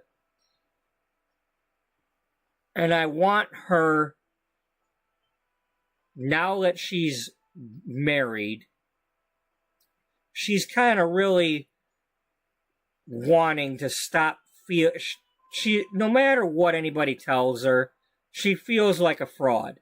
She's been writing these sex and romance articles for all these years and only recently lost her virginity to Wally.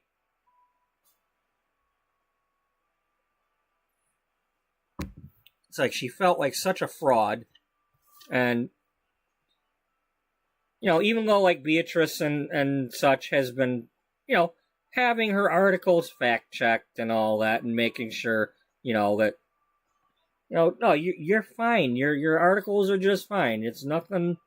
You're not telling anybody anything dangerous or anything, and but she wants to actually go and get some sort of degree or some certificate in, you know, counseling and whatnot. So I'm thinking I'll probably have her. There's two different branches to the romance career thing. So I'll probably have her do one first and then try the other. If needed. If needed, if there's time, if, you know, whatever. But I want to find out what that's like. But it's not a college course. So I'm still going to need to have somebody else do a college course at some point. I don't want to end this series without somebody doing university because I've never done it.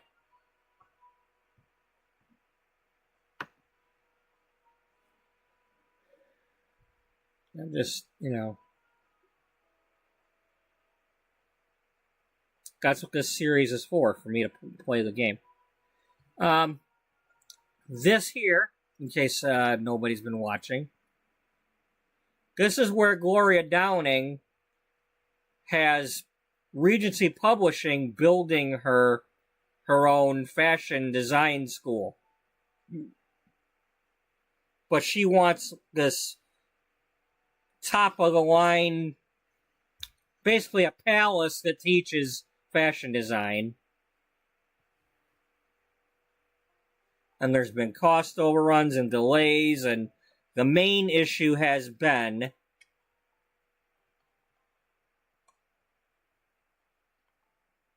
this tile, this marble,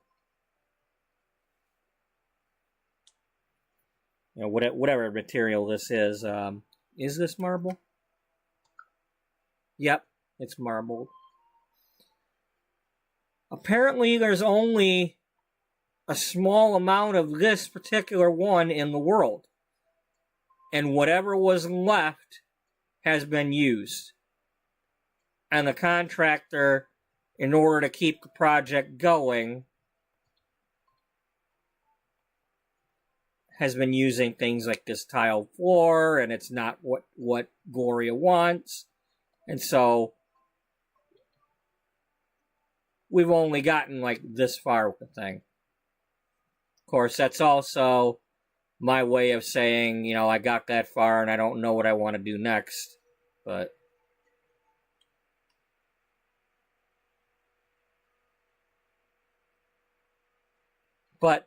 in a recent episode, I actually had a foreman here, and Simon Barnes came here after Gloria had confronted him about, hey, why can't you get this thing done and whatnot.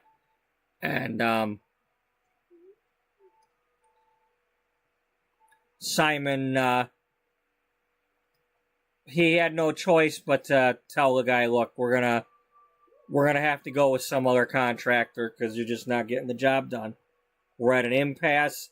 I'll pay you X amount for whatever you've done, but we gotta go with somebody else now.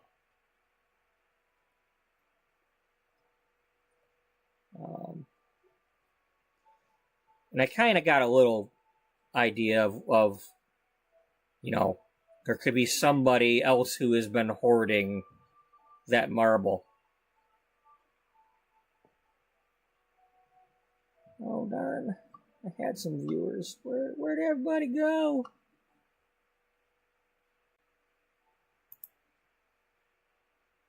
Other than the people who are still watching.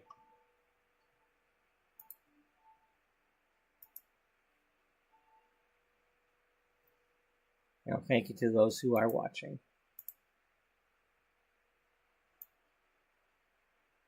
But yeah, I want to build this, whatever it is, someday.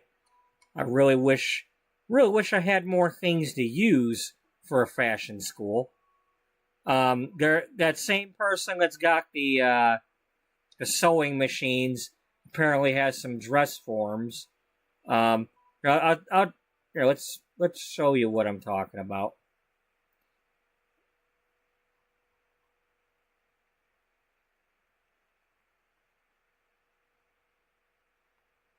Well, okay. That's some salon stuff, shampoo bowls, and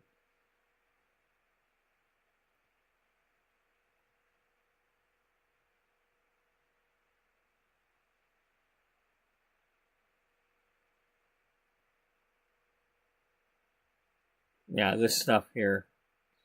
A usable sewing machine. It doesn't make clothing apparently, but the thing is I was looking at this and it's like March of 2021. It's like I don't know if this stuff still works or what. And I don't want to take a chance on it messing with my game.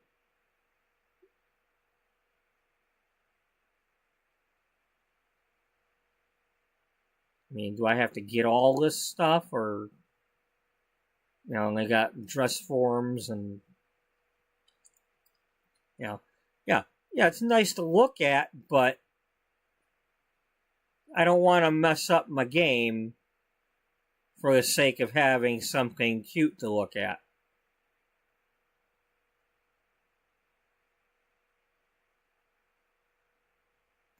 But, props and kudos and all that to whoever this is that made this.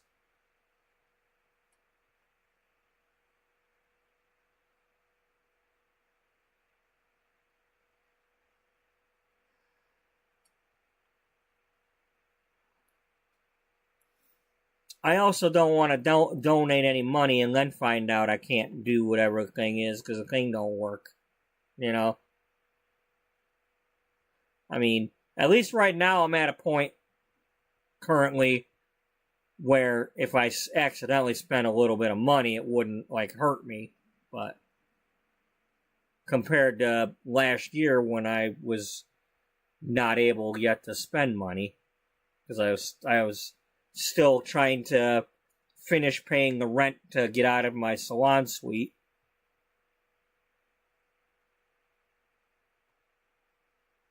Why the hell did I do that? Because it's a habit.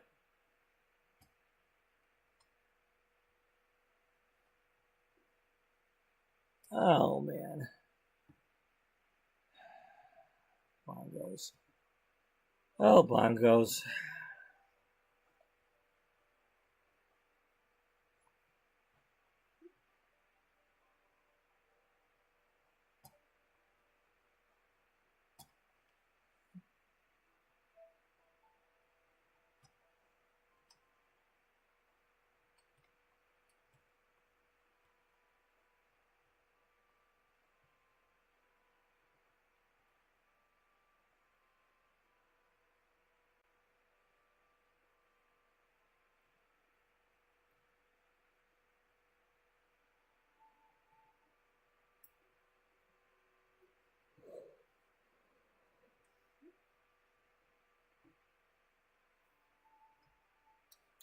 I also have this thing here where at some point I might have Misty and Wally operating this thing.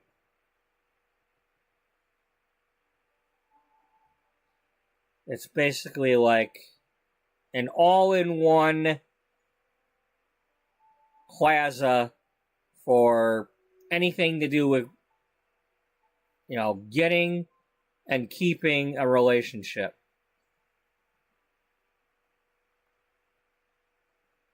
There's going to be, this is going to be a,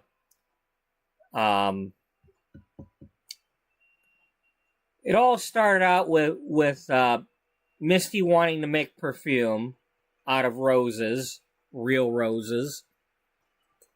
And then that led to trying to help her mother start up her floral business. So at some point, the mother might have this as her floral shop. And then this would be perfumes and jewelry. Wally's been making jewelry. This here is the bar for hooking up with people. Now this is a place where people, you don't just walk in here from the street and start trying to buy people drinks and stuff. You come in here, you get checked out, you get, vetted, as they say. And then there's like no confusion. There's like, if you're wanting a certain, if you're a woman looking for a woman, you'd be drinking out of a certain color cup or, that type of thing. And then we have like cubicle style theaters where you could like Netflix and chill with somebody,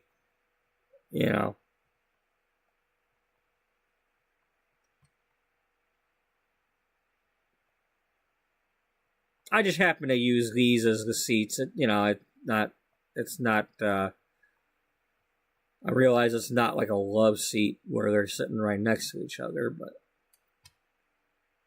it's not to say that they can't have, 3 people sitting at one just being friendly with each other. But, you can make friends too. There's no rule that you have to be a couple.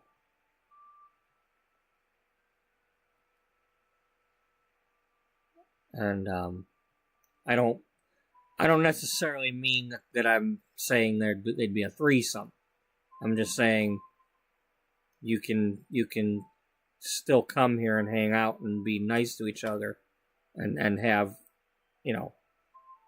watch a movie together. As long as you're behaving. This part here is, if anybody has ever heard anything about Great Expectations, well, that's kind of what this would be. You come in here, you get photographed at one of them, you get your little video interview to go on DVD, because these days it's DVDs. And then there's a library of DVDs to look through so you can watch somebody's interview. And there's a little cubicle back here to watch them in private. I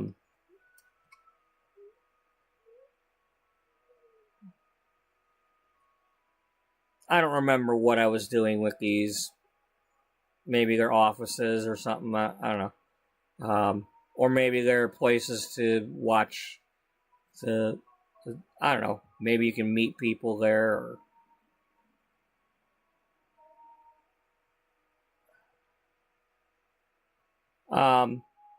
Way up here is the counseling center. It's for the hearts that are almost broken. You come in, you have the couples counseling over here and over here. If at some point things are going well, each spot has a little hotel room if the couples feel the need to try again. You know, there's a shower, there's closets.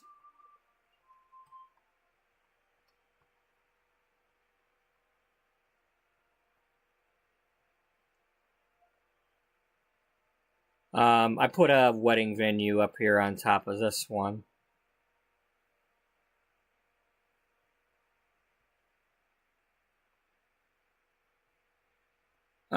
These are hotel rooms.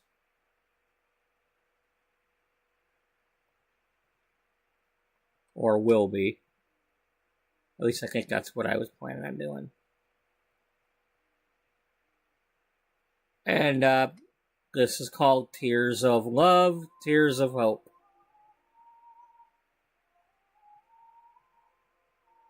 I mean, it's not done, but it's, you know, it's definitely had a lot of progress compared to a lot of things I've made.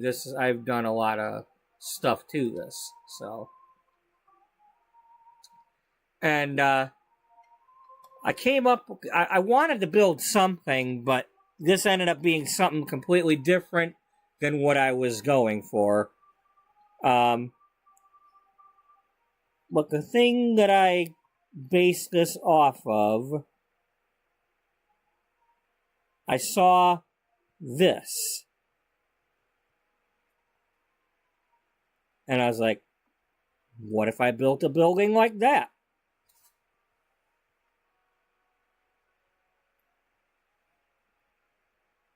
I think I'm just going to leave this here so I don't have to keep finding it.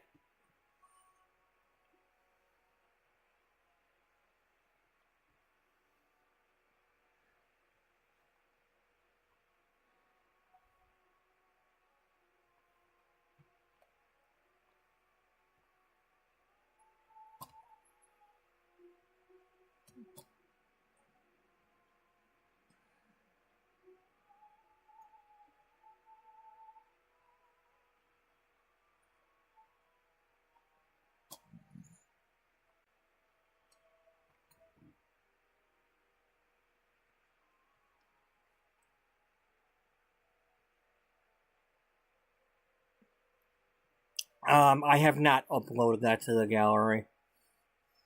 That's one of the... Sometimes I hold back on putting things on the gallery because I just, you know, I'm like... not ready to see that turned into something else yet before I've even used it.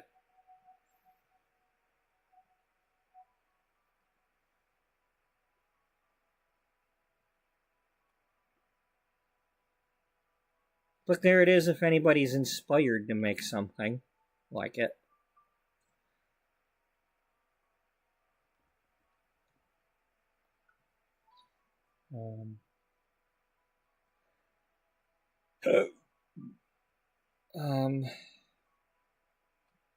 Sorry about that. Oh. And then we made,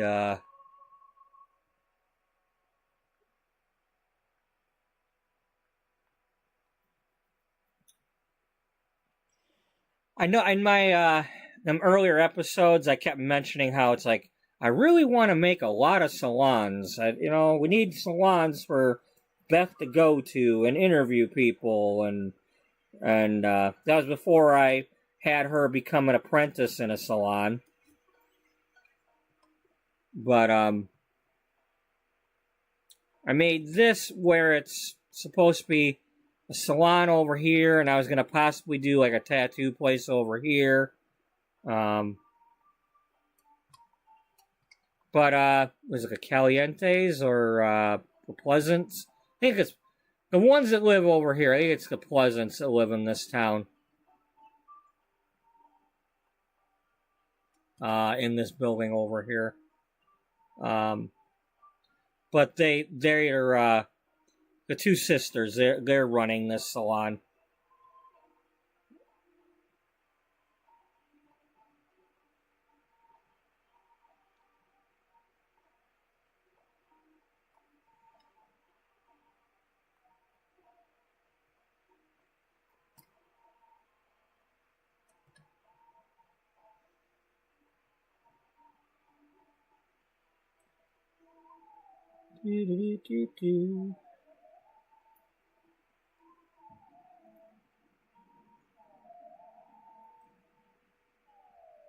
I haven't really done anything with it yet. But that's what it will be. That's the story. That's the lore. That's yeah, the Pleasants. Was it Angela and Lilith?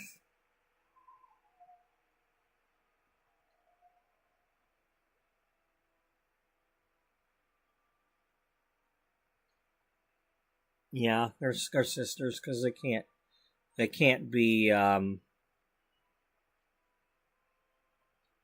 mother-daughter and be the same age.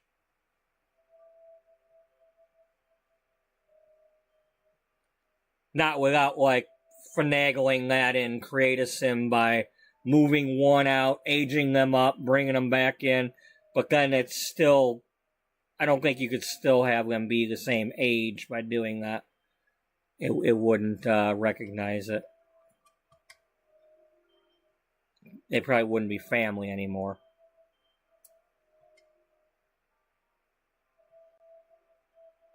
Yeah. Unless there's cheats for that, but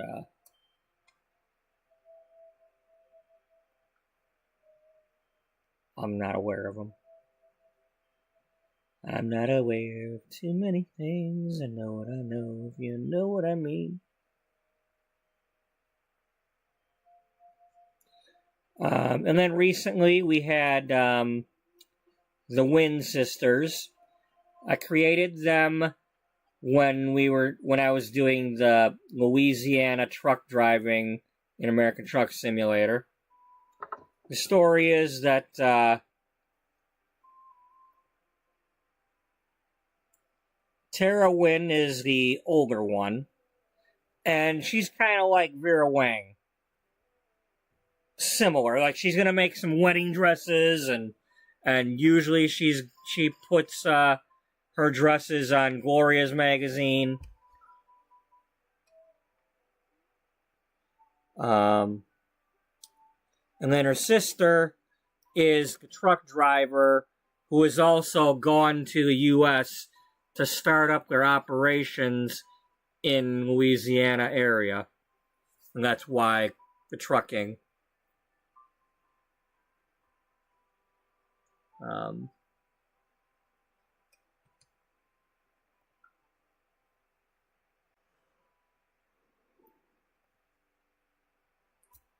Oh, Lord. And then all the people I got in here. The Bells and Vaughns from Sims 3. Cassandra is currently visiting her mother, where she grew up, and Marcus, her fiance, is with her, kind of living there a little bit for a while.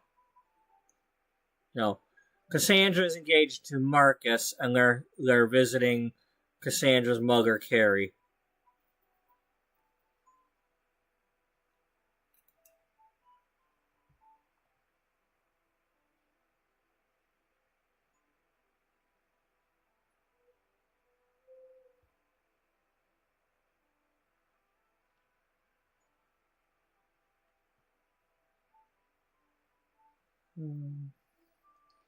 Those are some Sims that I made in Create a Sim. Bianca Bliss became a cover model. Noelle was possibly going to be a cover model. I got a bunch of people living in the BFF household right now. Little Simsy's living in there along with Stanley. I got them by using the Cupid's Corner.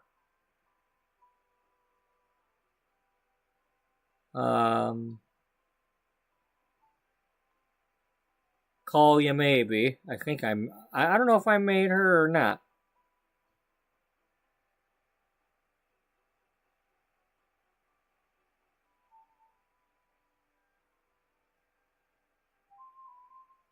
It sounds like something I would say, but I don't know.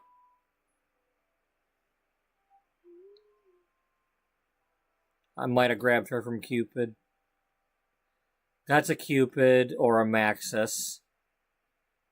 Of course, there's Travis and Liberty and Summer. And then I moved Alex Moyer in there.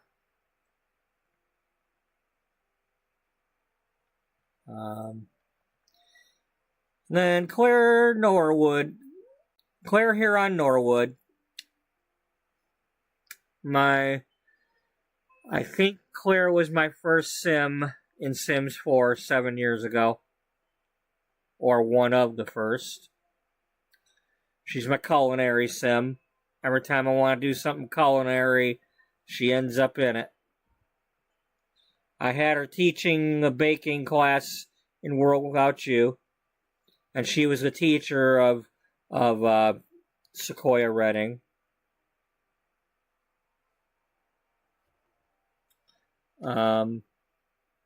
We got another one of my fashion designers, Christine Serene of Pristine by Christine.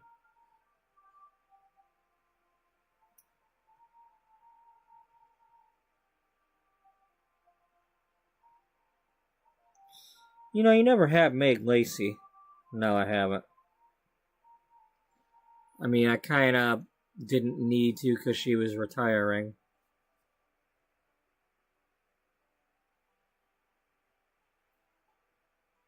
You know, when Lacey's Bridal is from World Without You. Hey, Freebird. Yeah, it's good to do this occasionally because I need to remember.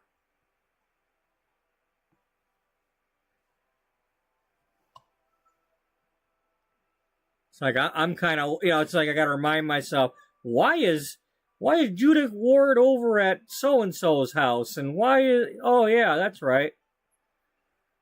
It's like sometimes I have to go looking back through the episodes to see where I left off with them.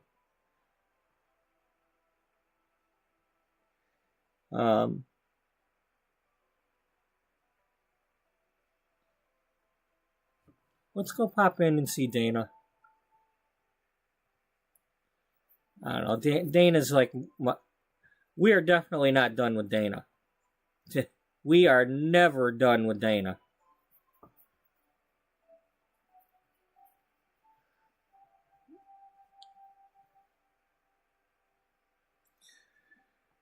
But I was thinking, like yesterday or the day before, while watching the previous episodes, that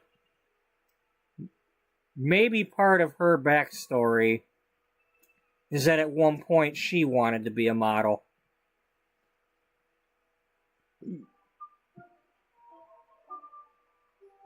And somebody discouraged her.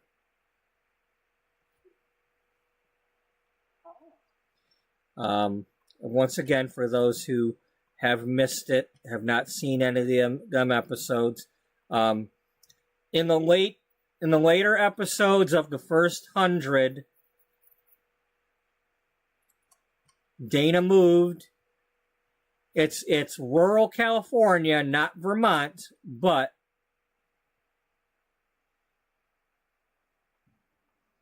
after inheriting her niece after a tragic event took the life of the rest of her family.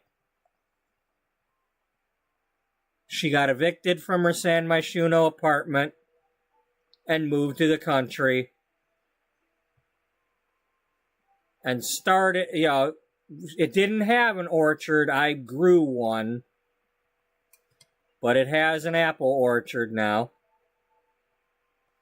I grew these trees inside this shed, like 2 or 3 at a time.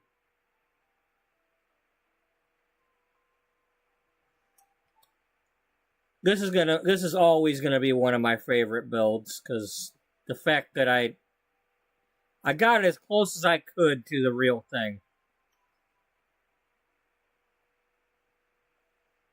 And this house is still standing in Vermont. Let me see if they fixed it to where I can look at it again, because... Okay, Peru, Vermont.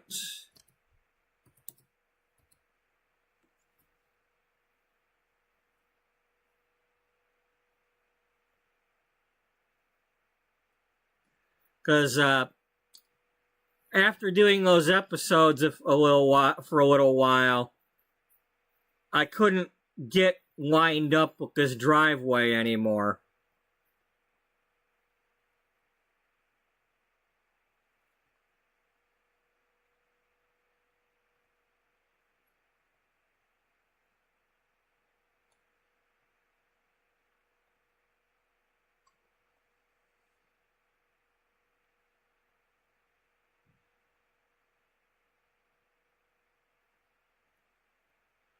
Yeah, it won't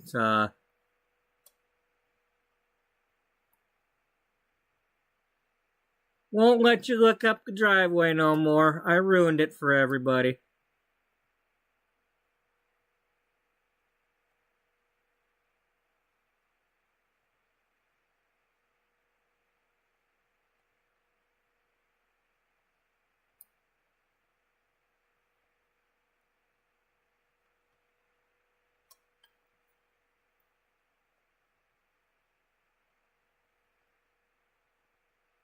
You stalker, you? Yeah, I know.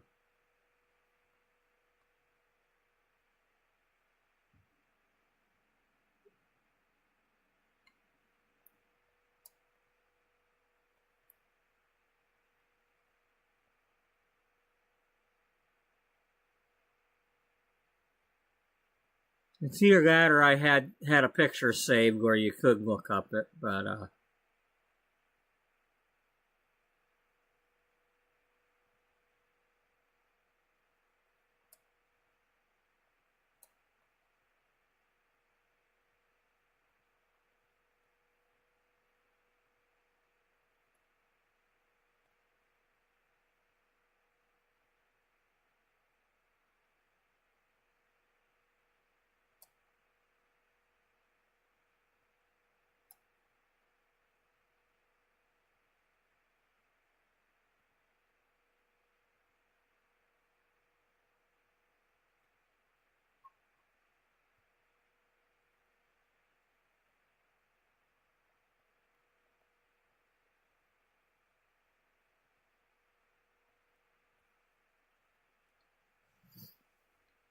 this part here was added on to the house since the movie. There's like a deck here and all that. So that's why the one I built only goes out to here, with this being added on. And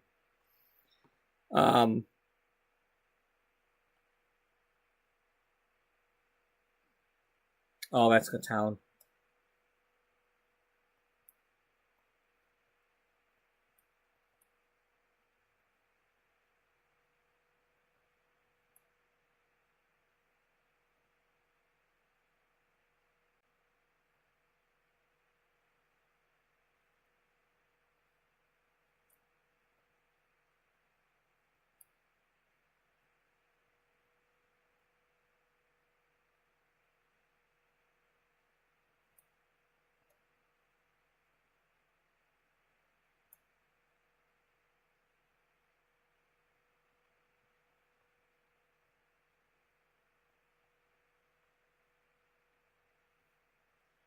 This was in the movie.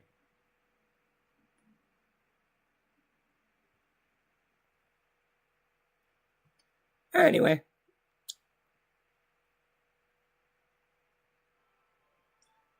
The movie did not have this. It didn't? No.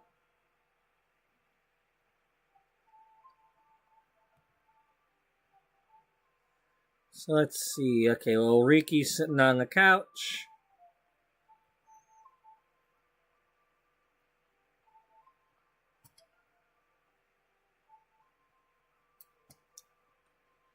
Sydney's dancing to the radio, or might be.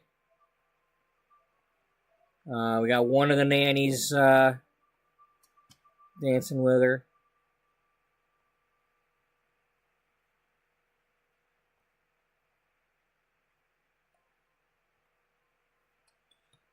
Dana's out here gardening.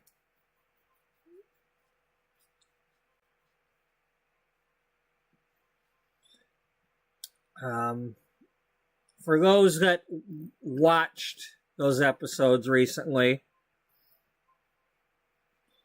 and when we saw the creation of Dana, I had given her this look as something that would happen in the future. Well, it has happened.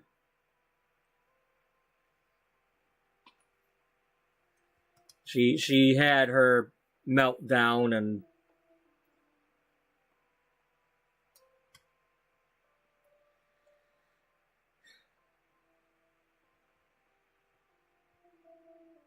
yeah, so.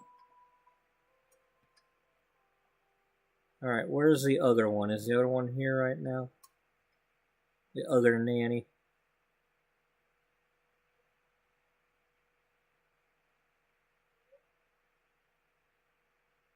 Oh, yeah, you're way out there.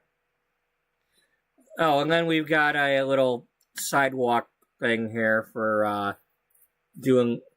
I had Dana making all the different jams and selling things to pay for the bills. So it's close to a rags to riches. Just I try not to have her cheating to get money when we're here. I have her actually selling things. Got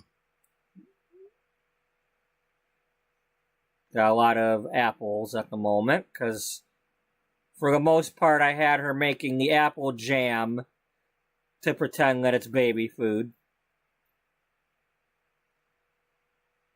Because, spoiler alert, there was apple baby food being made in the movie.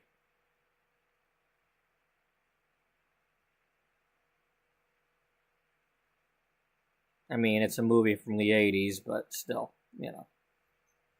You can, it might be available right now.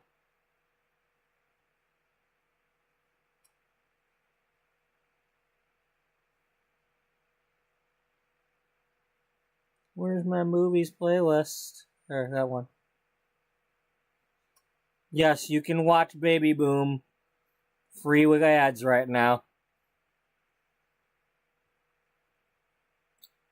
If anybody wants to see that movie. You can watch It's a Mad, Mad, Mad World, too. Actually, they're missing a mad. It's a mad, mad, mad, mad world. For those of you who were watching the Build episode, and I kept talking about our big W, well, there's a big W, and it's a mad, mad, mad, mad world. And if you like funny movies and you've never seen that,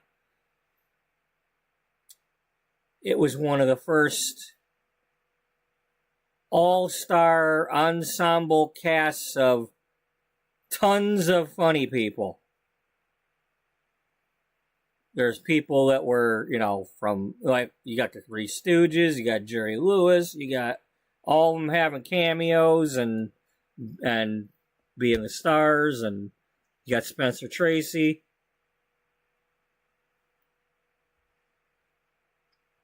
You got Sid Caesar. You got Peter Falk in one of his early movies. Buddy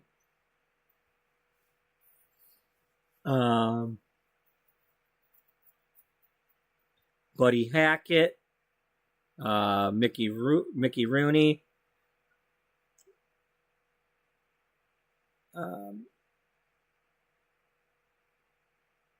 Don Knotts is in it for a few minutes.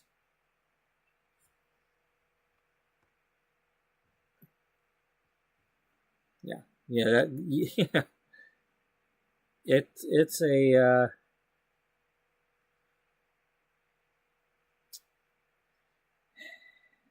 it's a movie that just goes sailing right out there.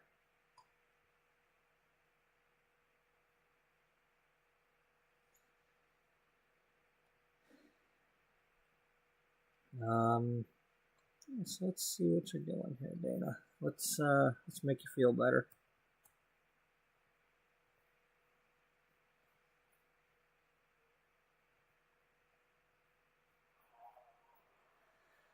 The story goes that after her parents and sister died, she went to Arizona, and these were her sister's plants, along with this pear tree. And she brought them back to her apartment and kept them in the pots to keep them going. And then when she moved here, she put them in here because it was, I think it was still winter at the time.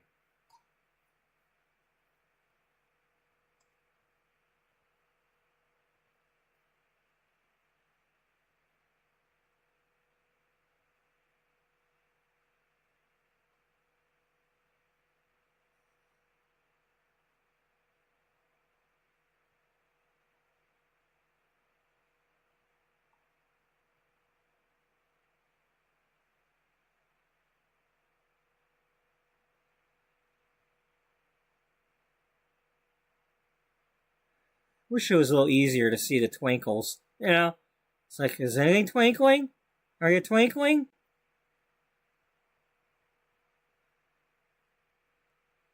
Anybody in here need some twinkle stuff?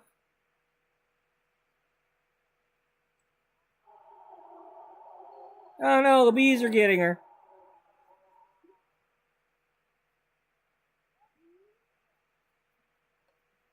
Well, they would be. Hey, I haven't had her do this since you could get entomology's skill for it.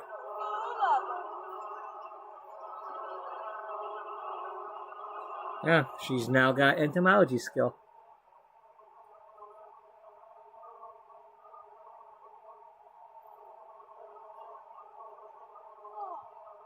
She's a natural. In the movie, there's cows in here, so it's a small stable for cows. There's a scene early on when Diane Keaton's character JC comes out of here with the baby in one arm and buckets of milk in another. And you can hear the cows mooing in here. So she got at least one cow. But I didn't bother with the cows in this particular thing. Okay, harvest the pears. Harvest the maters.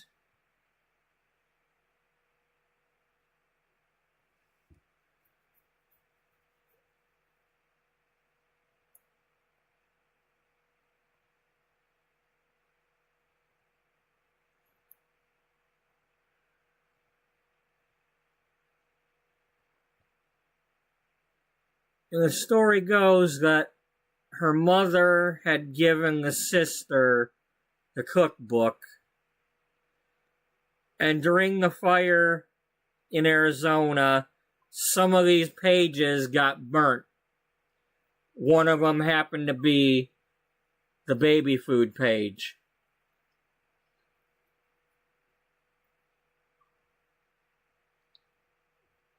But Dana had Caroline kind of help her invent one based on what was left of the pages, and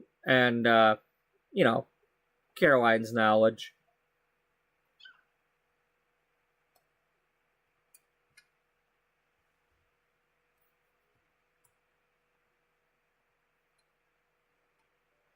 Yeah, that bugs me. It's got like that same glitch as the photos. Because they were full.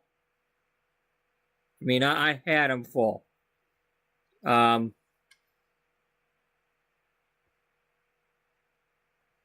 go find it.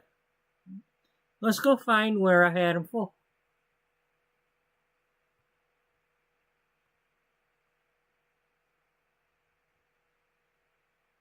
That's going to be the early episodes.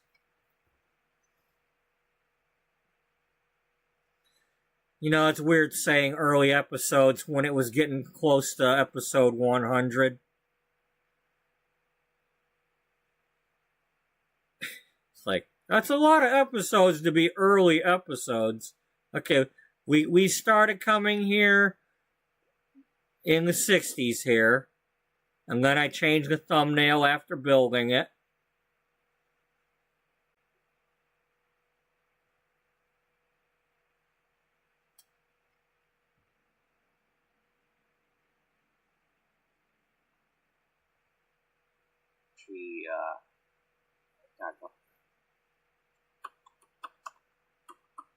Oh look, I was creating the rival magazines.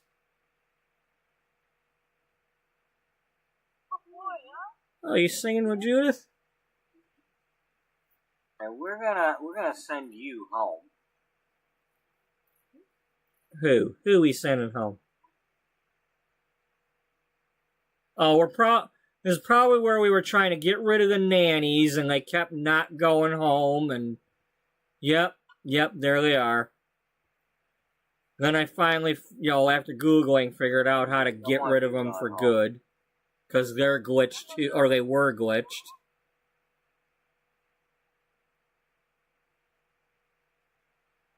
Son of a glitch.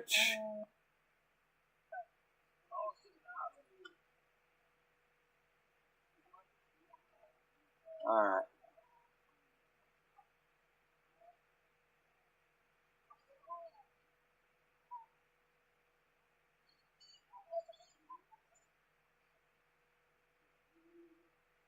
Okay.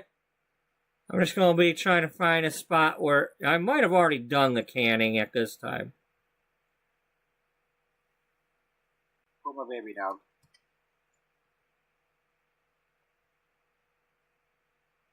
Nobody puts my baby down in the corner. Testing.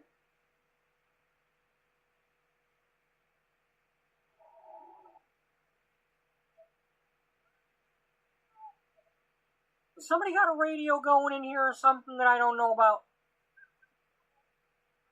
I don't know. Do they?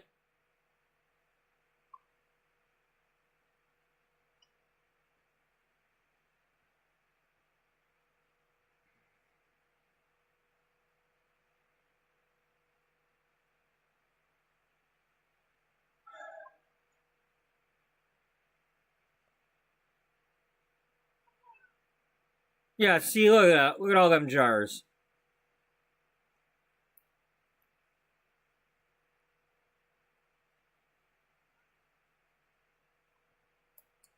And okay. Dana?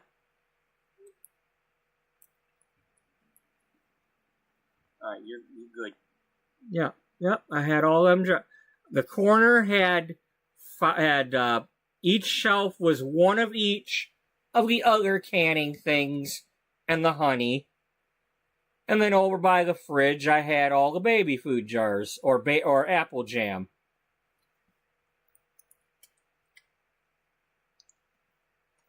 But I came back in here one day, probably after playing a different household or something, and they were all gone.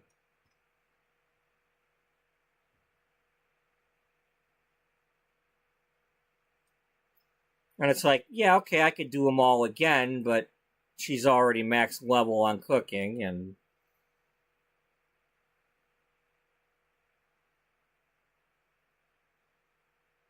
let me make sure, because I could be an idiot. Yeah, there's nothing in there except the family.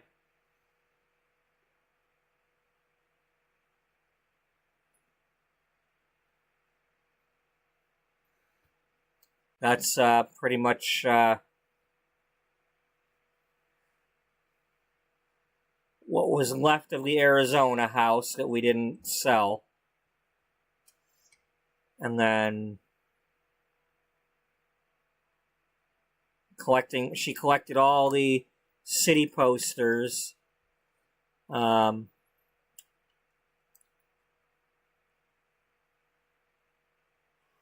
Oh, she had a gold level date. She's got a portable bar, a microphone.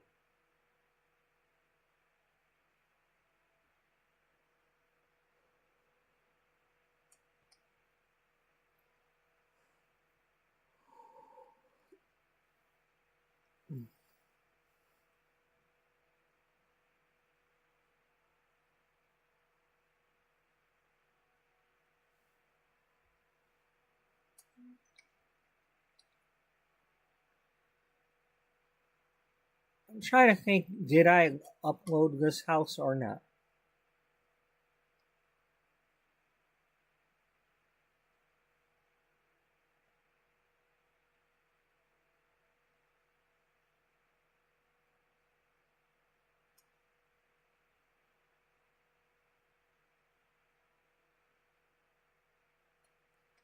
I mean, at the very least, did I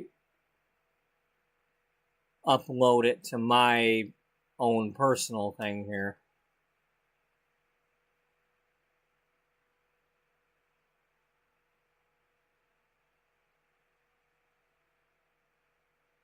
Yeah.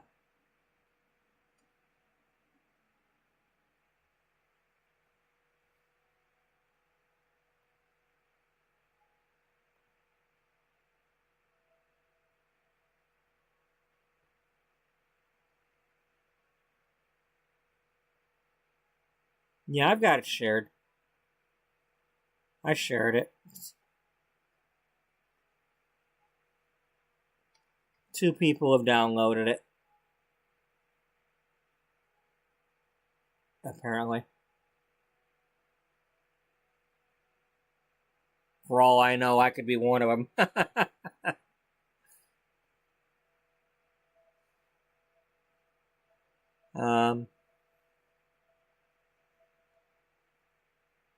So the problem with building these kinds of houses is the roof gets in the way. It's like you're trying to make the house the way it's supposed to be, but the roof ends up getting in the way of what you're doing in here.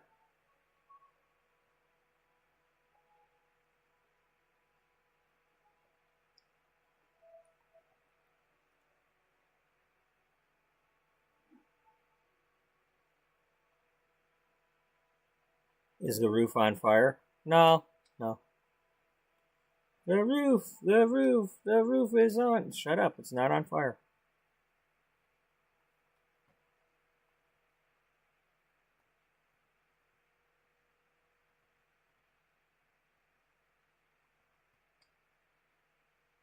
Oh no, the crawl space under the house where the furnace is at.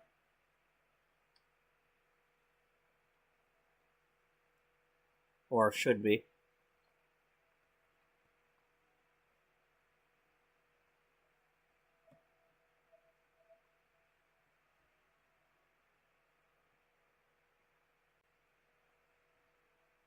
Just don't be yepping and noping her, okay?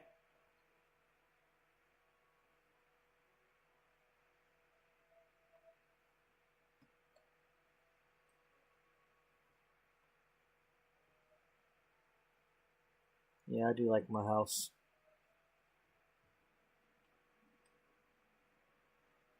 I mean, it took me away from the main story when this happened, but I'm like, I don't know, it needed to happen.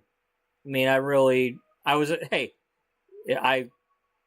it kept the inspiration going. I was building things, I was doing things, I was playing with the baby, because I hadn't really played with a baby in this game very much before that.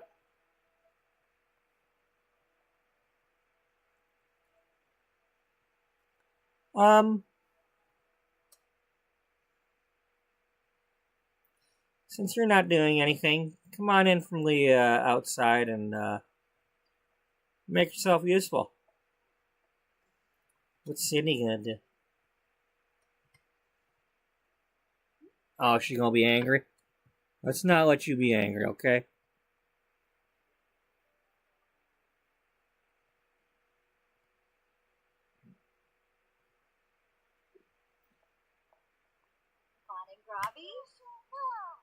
Oh, yes. Toki boo. Toki boo.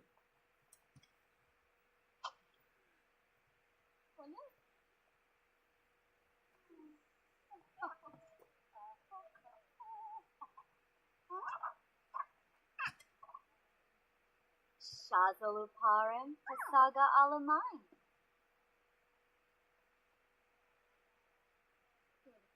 Yoke Habini Ishi joined the Omiva.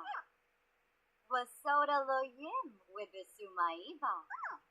Macanerf Vivas on Febene. Yeah, tis the season. Shazaluparim Pasaga Alamine.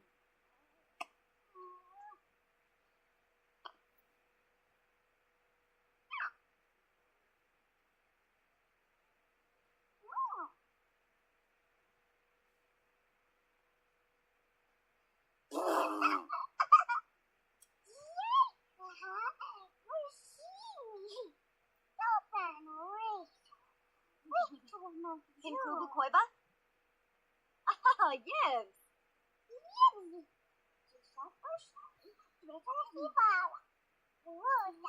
Well, can you blame him?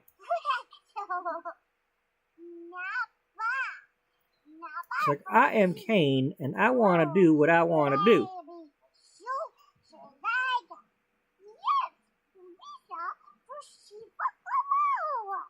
Barani Squamish, Dossie Wabarleen, Sophie, the Bull, at Sick of Flesh, Axawa, Skiba Glash, Waboose, I swear, this kid's like already an adult.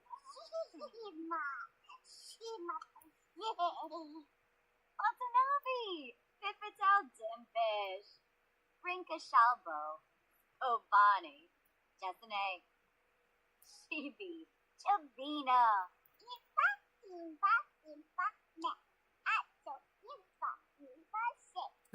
I love when she does that. Pepite Pelka, Kumiao Bouchard Spotion. Pepisom Serve, Zumbas Ganorb Serve.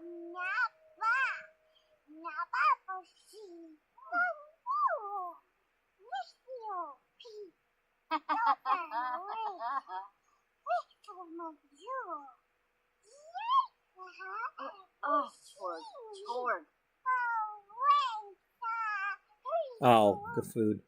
Right here, you clean that up. And you,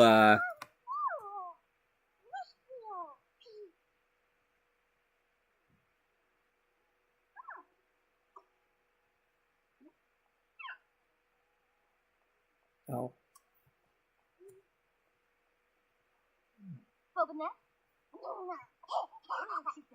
Kipepta. I think some of these I might have gotten from Cupid's Corner too. I forget. Either Cupid or they were Max's downloads from Cupid or like ones that weren't in my game but were available.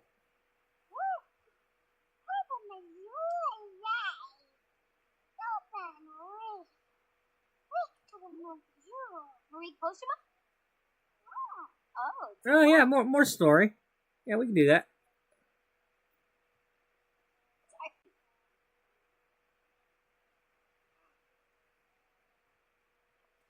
What's doing out here, Danny?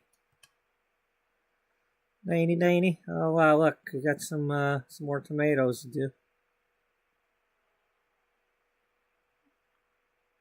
Wow, I've actually. Oh wait, I think they were perfect to start with.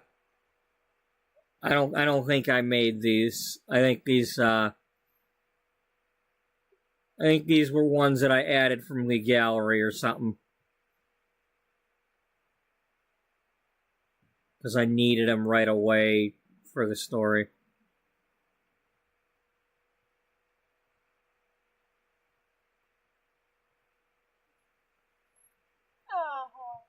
Uh-huh.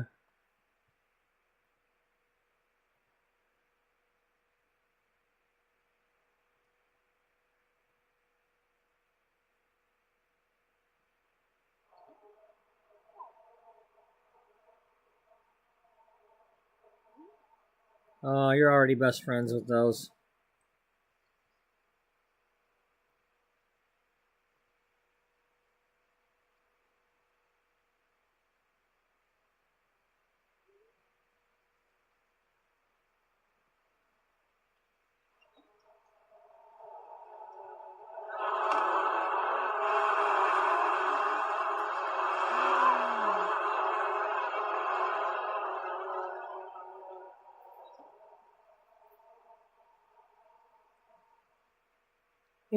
You really enjoyed it, huh?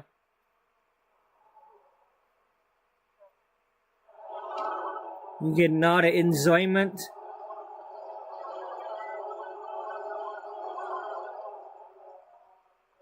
The entertainment?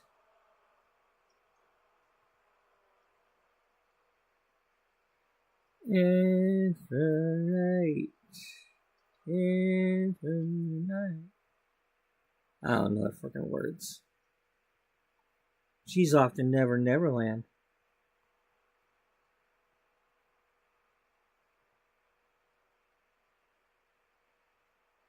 Oh, we okay. Well, let's sell something.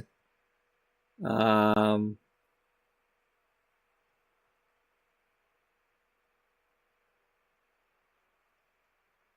got some apple jam in our inventory we can put on the shelf. Now let's sell one doll.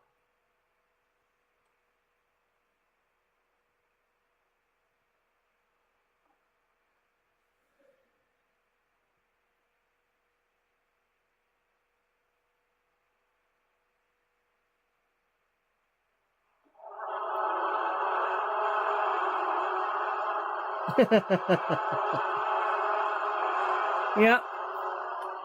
Yeah, tomorrow I'm hoping I get on early. I only work till 3, but as usual, you know, it'll depend on whether I'm tired or not, whether I fall asleep during the stream or before.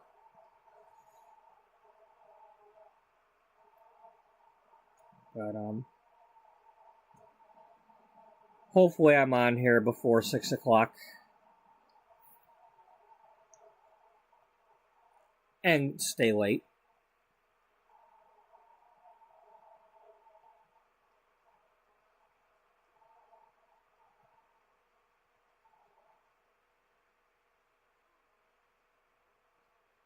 The hell, have a good night. And if any of y'all watching here, when y'all got some extra time, her link is in the chat, and you can go check out what she's been doing with Enjoy.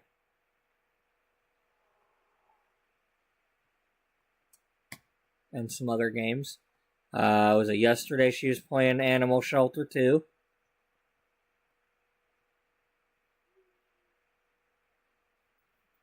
And it was some zany things happened. It was zany.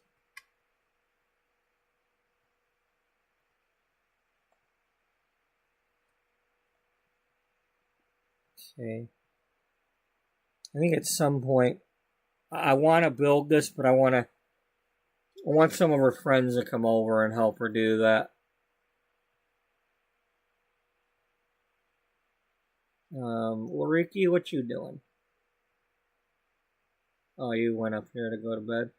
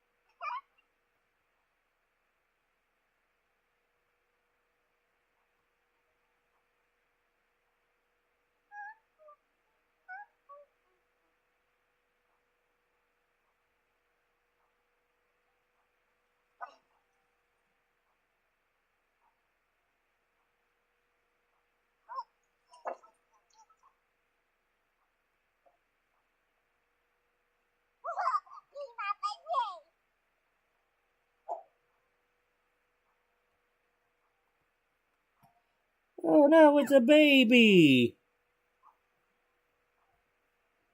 It's a baby! Buzz buzz baby.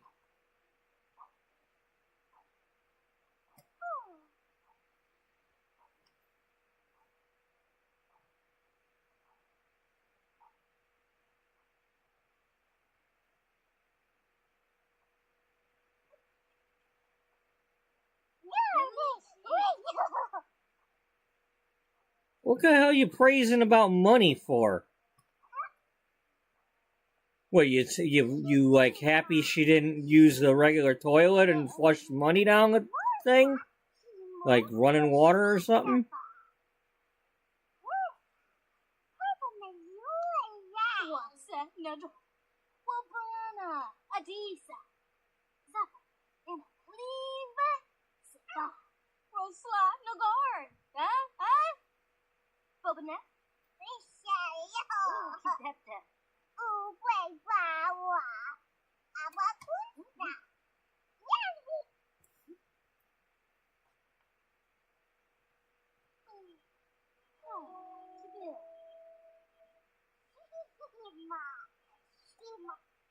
Oh, yeah, we can have somebody. Yeah, a new friend is not a problem.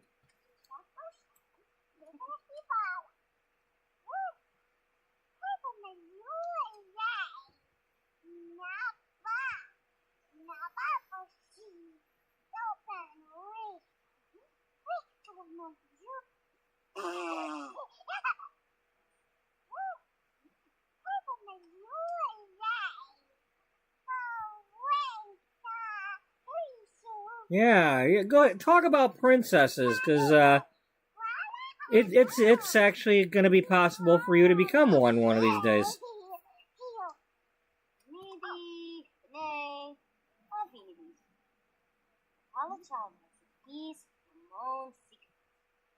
Hibdo hebene.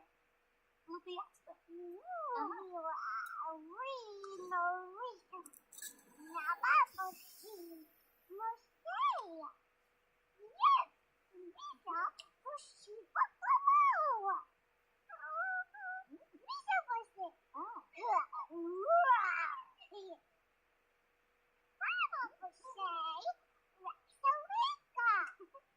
Mr. Hibene, Apium, Hebene. Jesne, Pepto, Ugum. Vispadrobo. Shunik.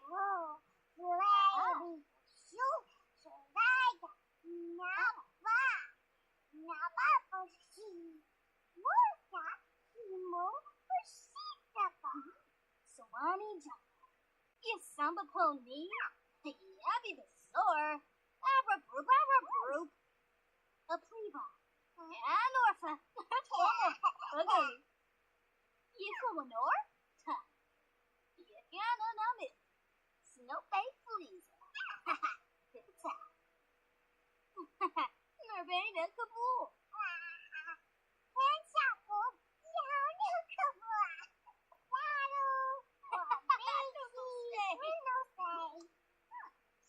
Smetzel, Fisham, Winifat, Vispadrobo, Shunik, Nasty Biflina, Adam the Shore, Luchi, Viva Dexo, and Trip, Balafoy, huh? Yes!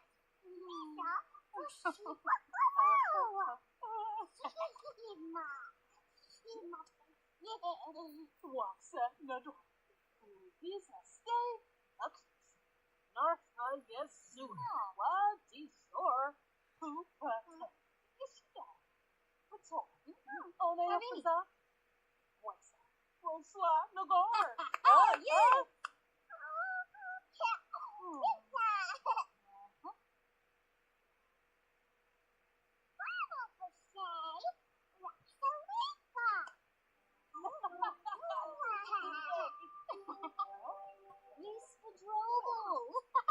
Shunik! Yanabi Voro? Fani! The father, even Deso.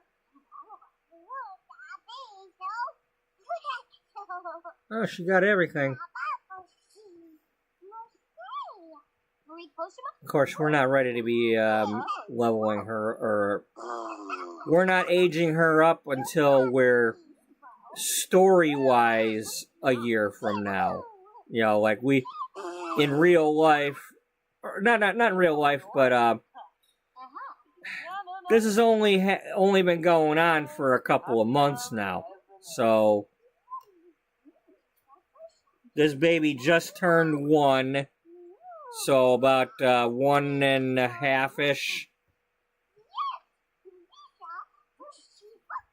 Because the party happened, and then Dana, not the party, but the party where the family died happened when she turned 1.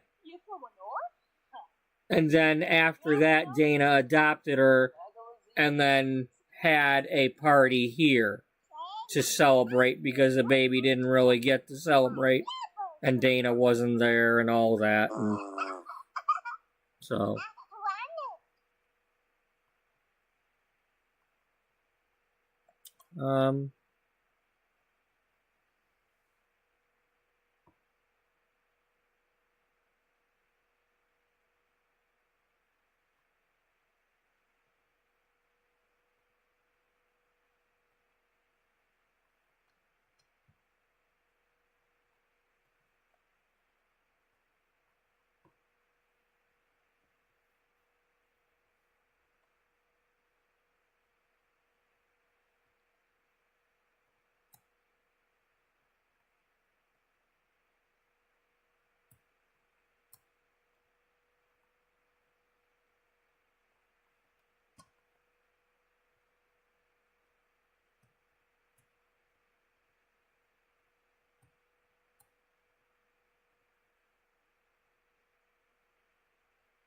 oh, you got anything on you?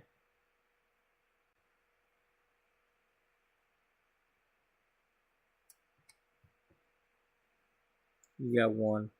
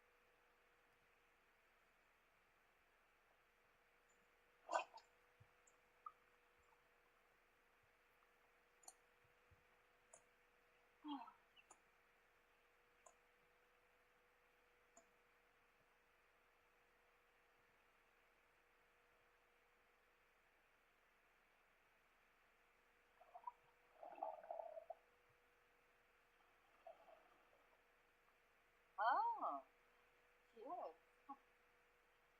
The door.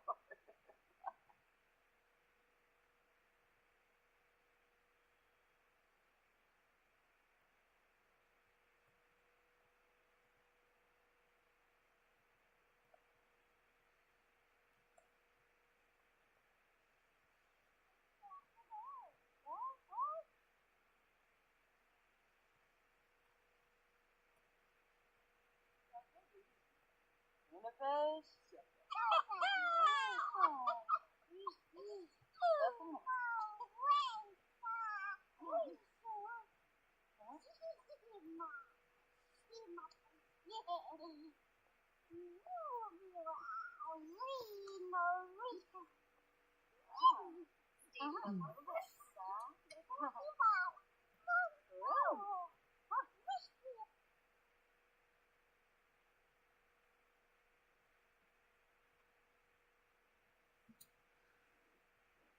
Oh, that's right. We changed a bunch of her outfits because we were working on the covers.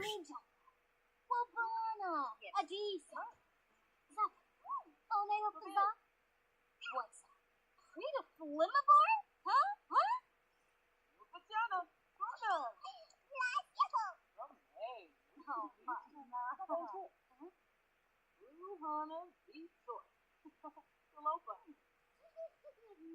Bravo, Tina. Gosh of Wigs. Or Dragna.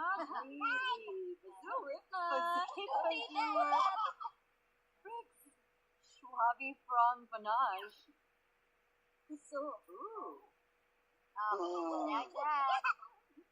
Dad. Toenail. Labrador.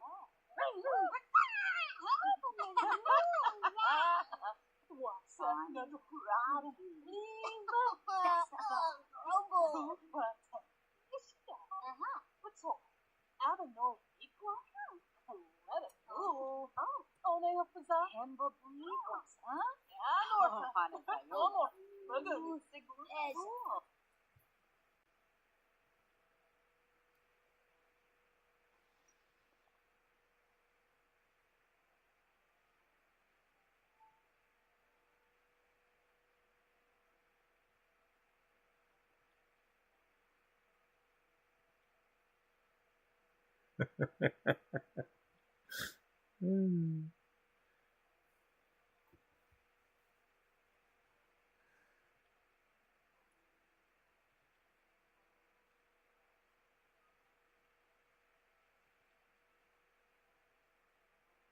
Liberty coin, we're right on the money.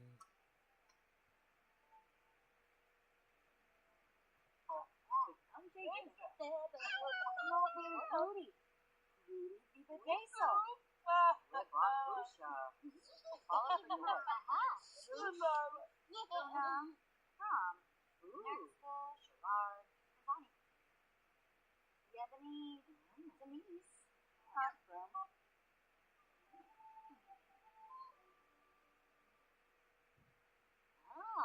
Stayed half young. Avalini, Slim.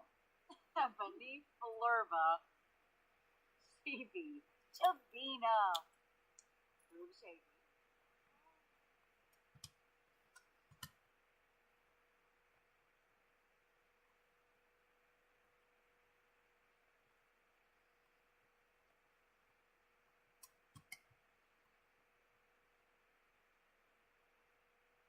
Okay, do you have a computer anywhere in here?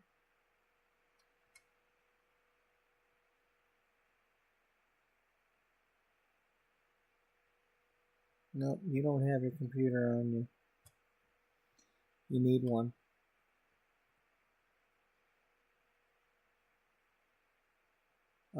She doesn't have the money. Well, we're just gonna have to sell a microphone then.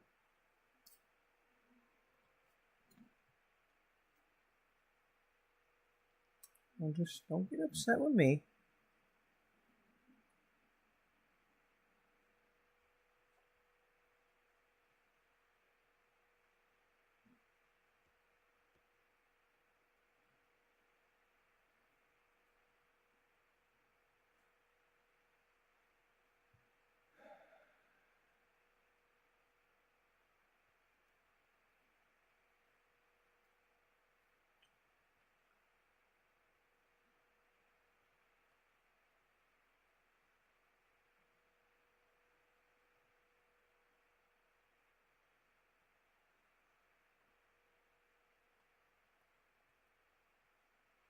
And who's here?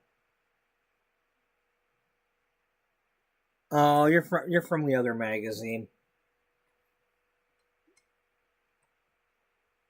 Yep, you're from the Blush and Bloom. Well, you're the former Blush and Bloom, the Poison Polish.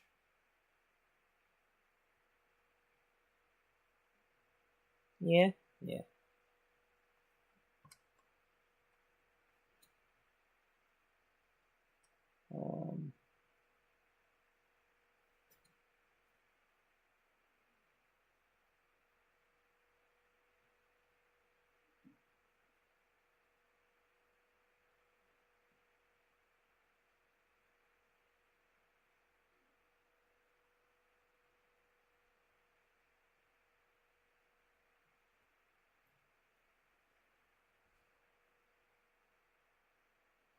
You know what? I was gonna have her do some computer stuff, but can't afford a computer right now. So we'll solve that problem real quick. Let's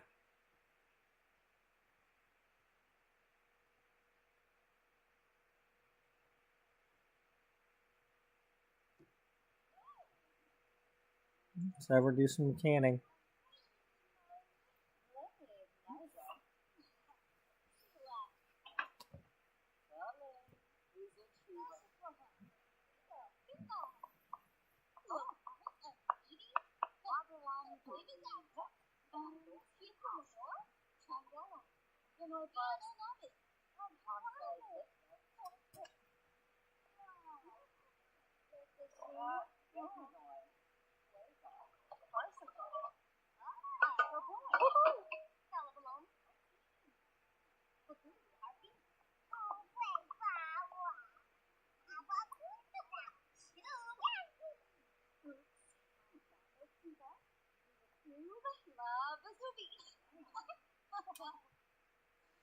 I remind myself sometimes, it just,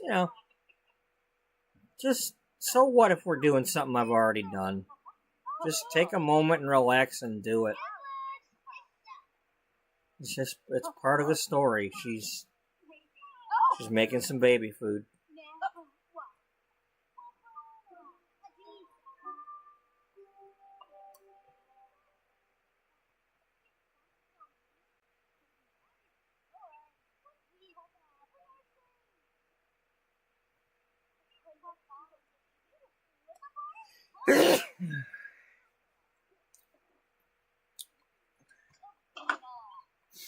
Alright, I apologize. I'm going to pause real quick. I'm going to get my coffee warmed up. I'm going to come back and we'll do a little bit more of this. And then I'll have to call the episode because I got to work at 7 a.m. So, but I want some coffee. And I prefer it to be not cold. I'll be right back.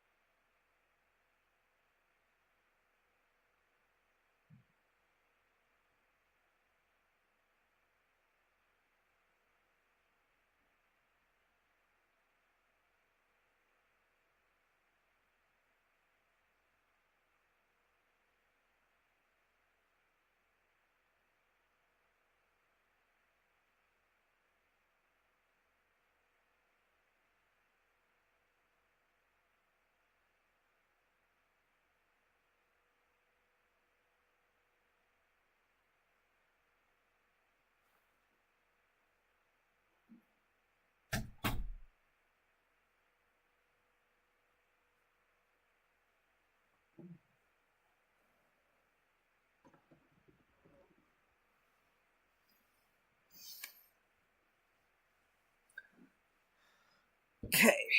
All right. Let's, wrong game.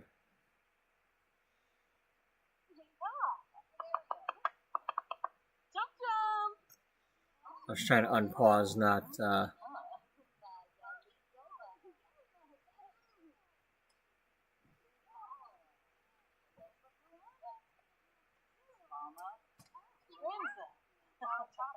Bueno.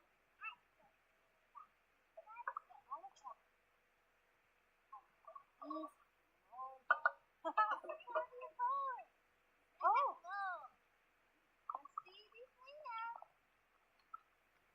Lamina Jalpa Wuti. Nule. Good day.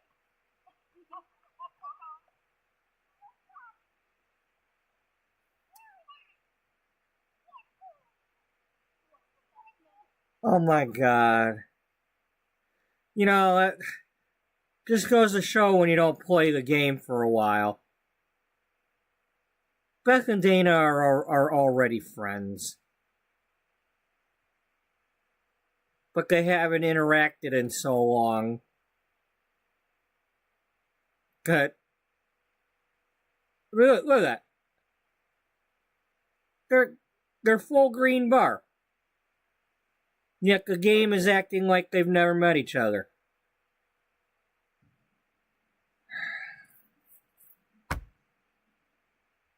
I don't know. I just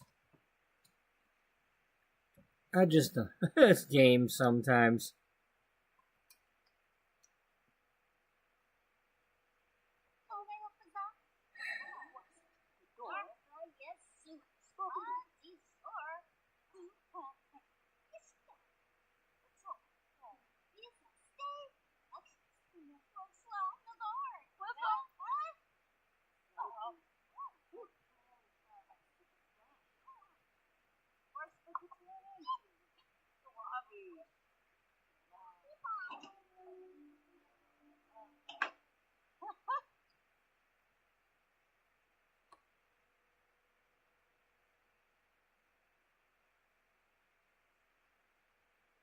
Alright, what is going on? Something happened somehow.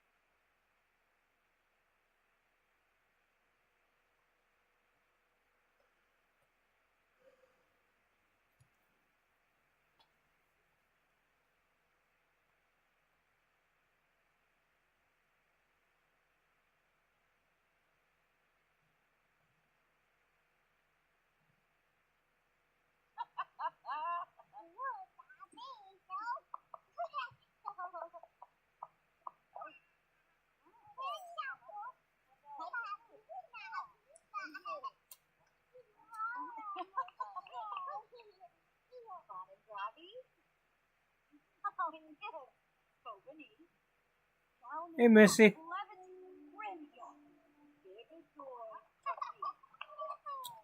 He's just making a couple of batches of apple jam baby food before I got a call tonight.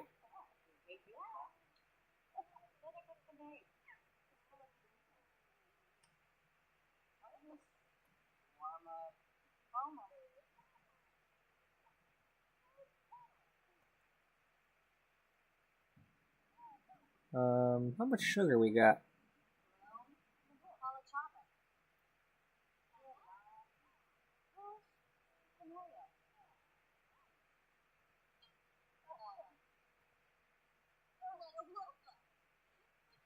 One more.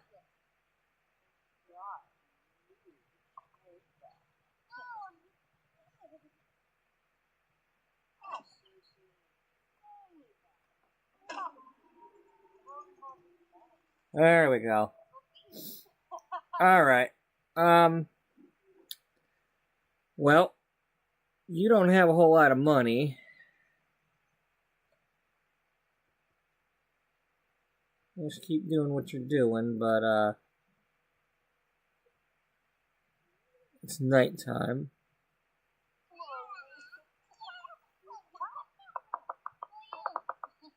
Do any of you have repair skill?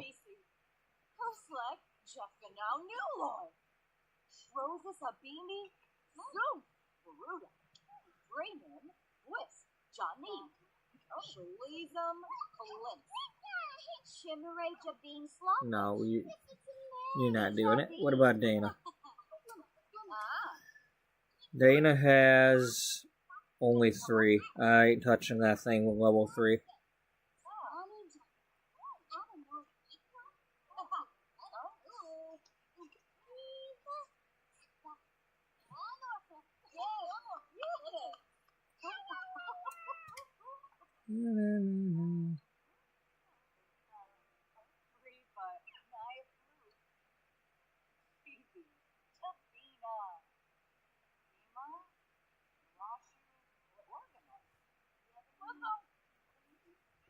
Okay, so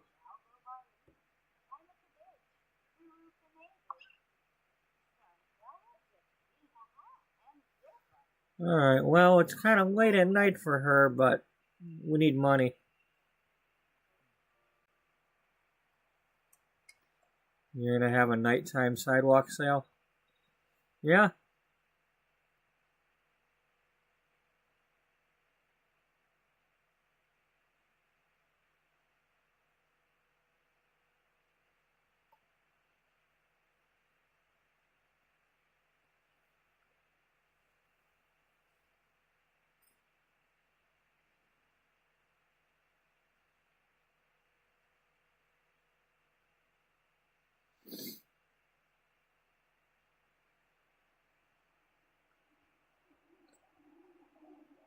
We're technically supposed to sell that, so...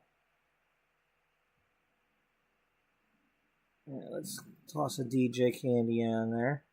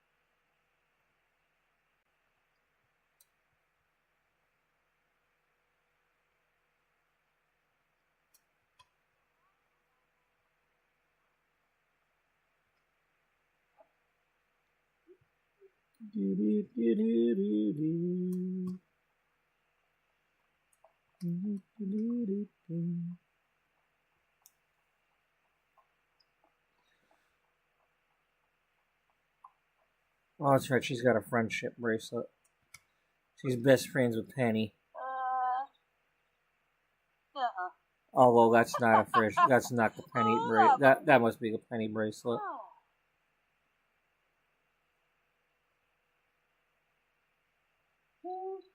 Borrow elbow. So Laura,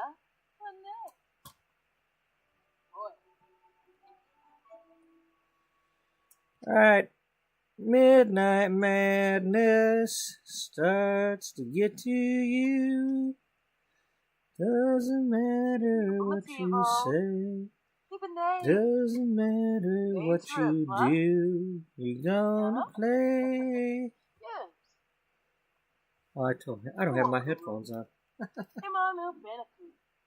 Hey, Dr. Hudson Polar, you walked here all the way from... Wow, and then Dorothy? So we got Cody's daddy, and we got Brooke's mama, you know, Caroline's mother-in-law.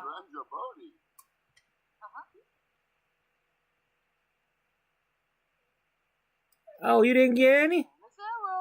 Come on, your horses will like apples.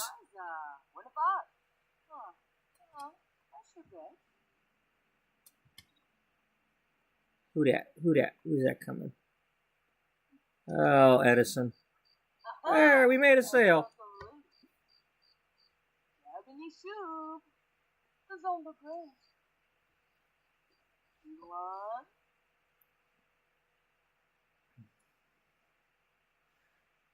Orchard fresh apples.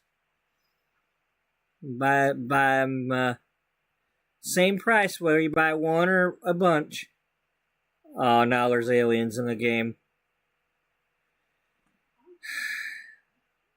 Yep, because you played the Maureen O'Connor story. Now you got aliens showing up.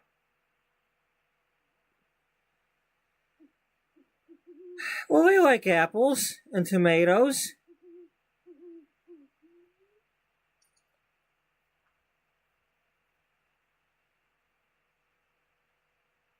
Thank you. Neil Diamond is coming to our yard sale. I mean, not the real other Neil Diamond, but He's the real this Neil Diamond. The younger version.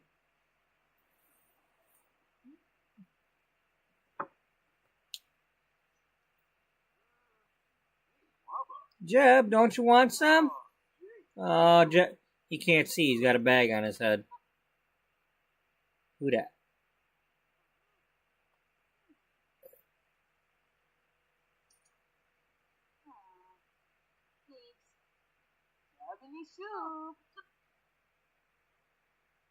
Oh, Sergio. The Zonda Grange. And a creep. Oh, Renee.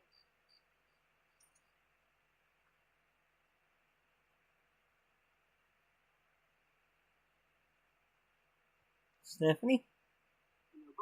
Yep, the former maid. Former maid turned model. You know, if it weren't for the fact that they took her job away when I added her to the family, she'd still be Elle Sanders.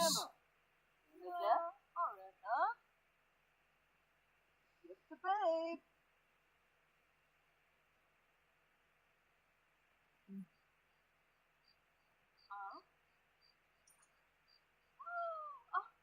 Easy. Look at Shepwick. Young Flops, Elaine.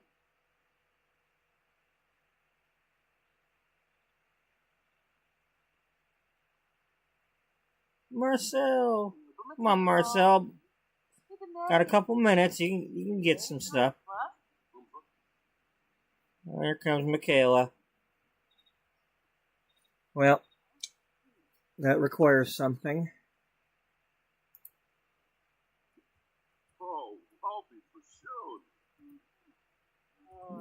Because in real life, Michaela is no longer with us. She is in my game to remind me to do that. Save a Fox. They succeeded in their mission to shut down a fur farm with at least 500 foxes on it. As of about a month ago, they finally got the last few foxes off of that farm. Unfortunately, Michaela didn't live to see the end because some asshole online bullies pushed her to the limit. You know, accusing her of being a fraud and all kinds of vile crap, and she had enough and ended it.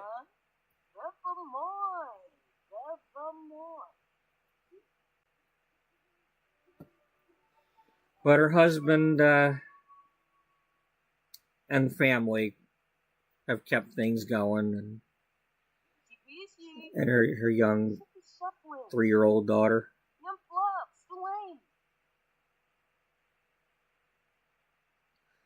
And so Michaela in this game only exists as a reminder.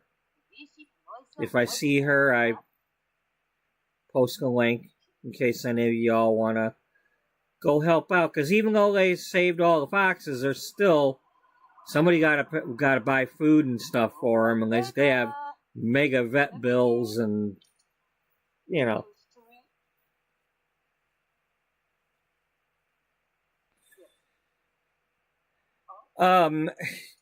Your counselor's here.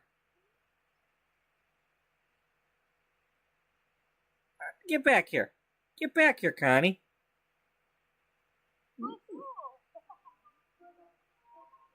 Yeah, you just met your psychiatrist for the first time.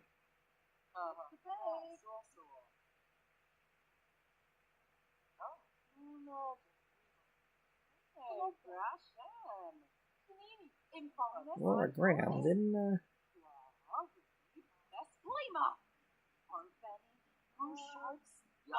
I think I just made you recently. Oh yeah, you're part of the dairy cow family thing. The dairy farmers.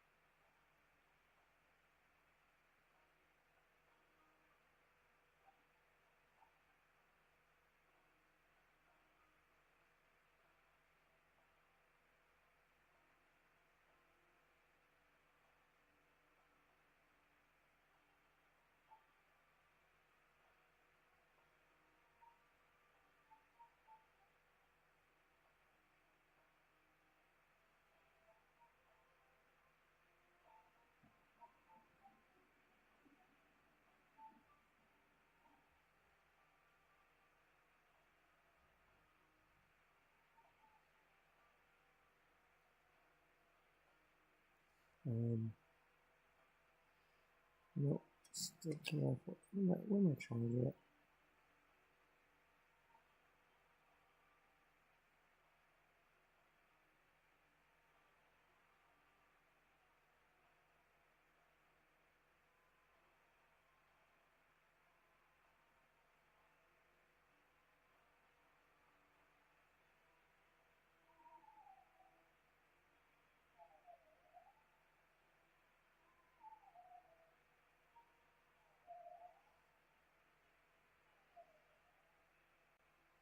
Okay,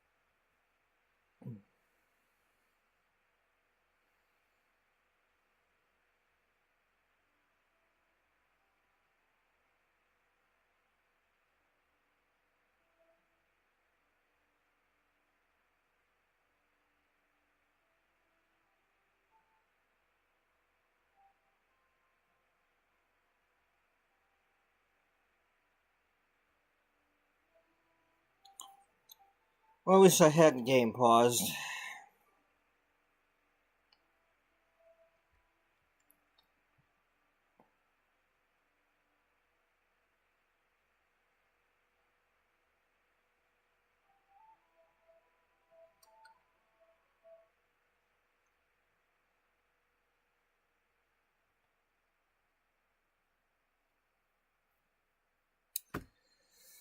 So, that's gonna do it for today. We'll be back later today for the next episode. Thank you to Daniel and Freebird and Missy for stopping by. And as well as the other people who've been watching today.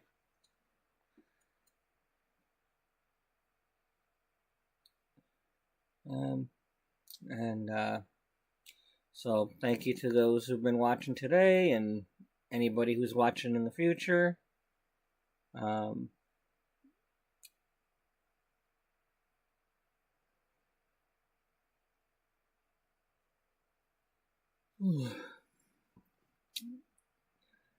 everybody has a good night and a good day. And hope to see y'all in the next one you're able to make it to. Until then, bye-bye for now.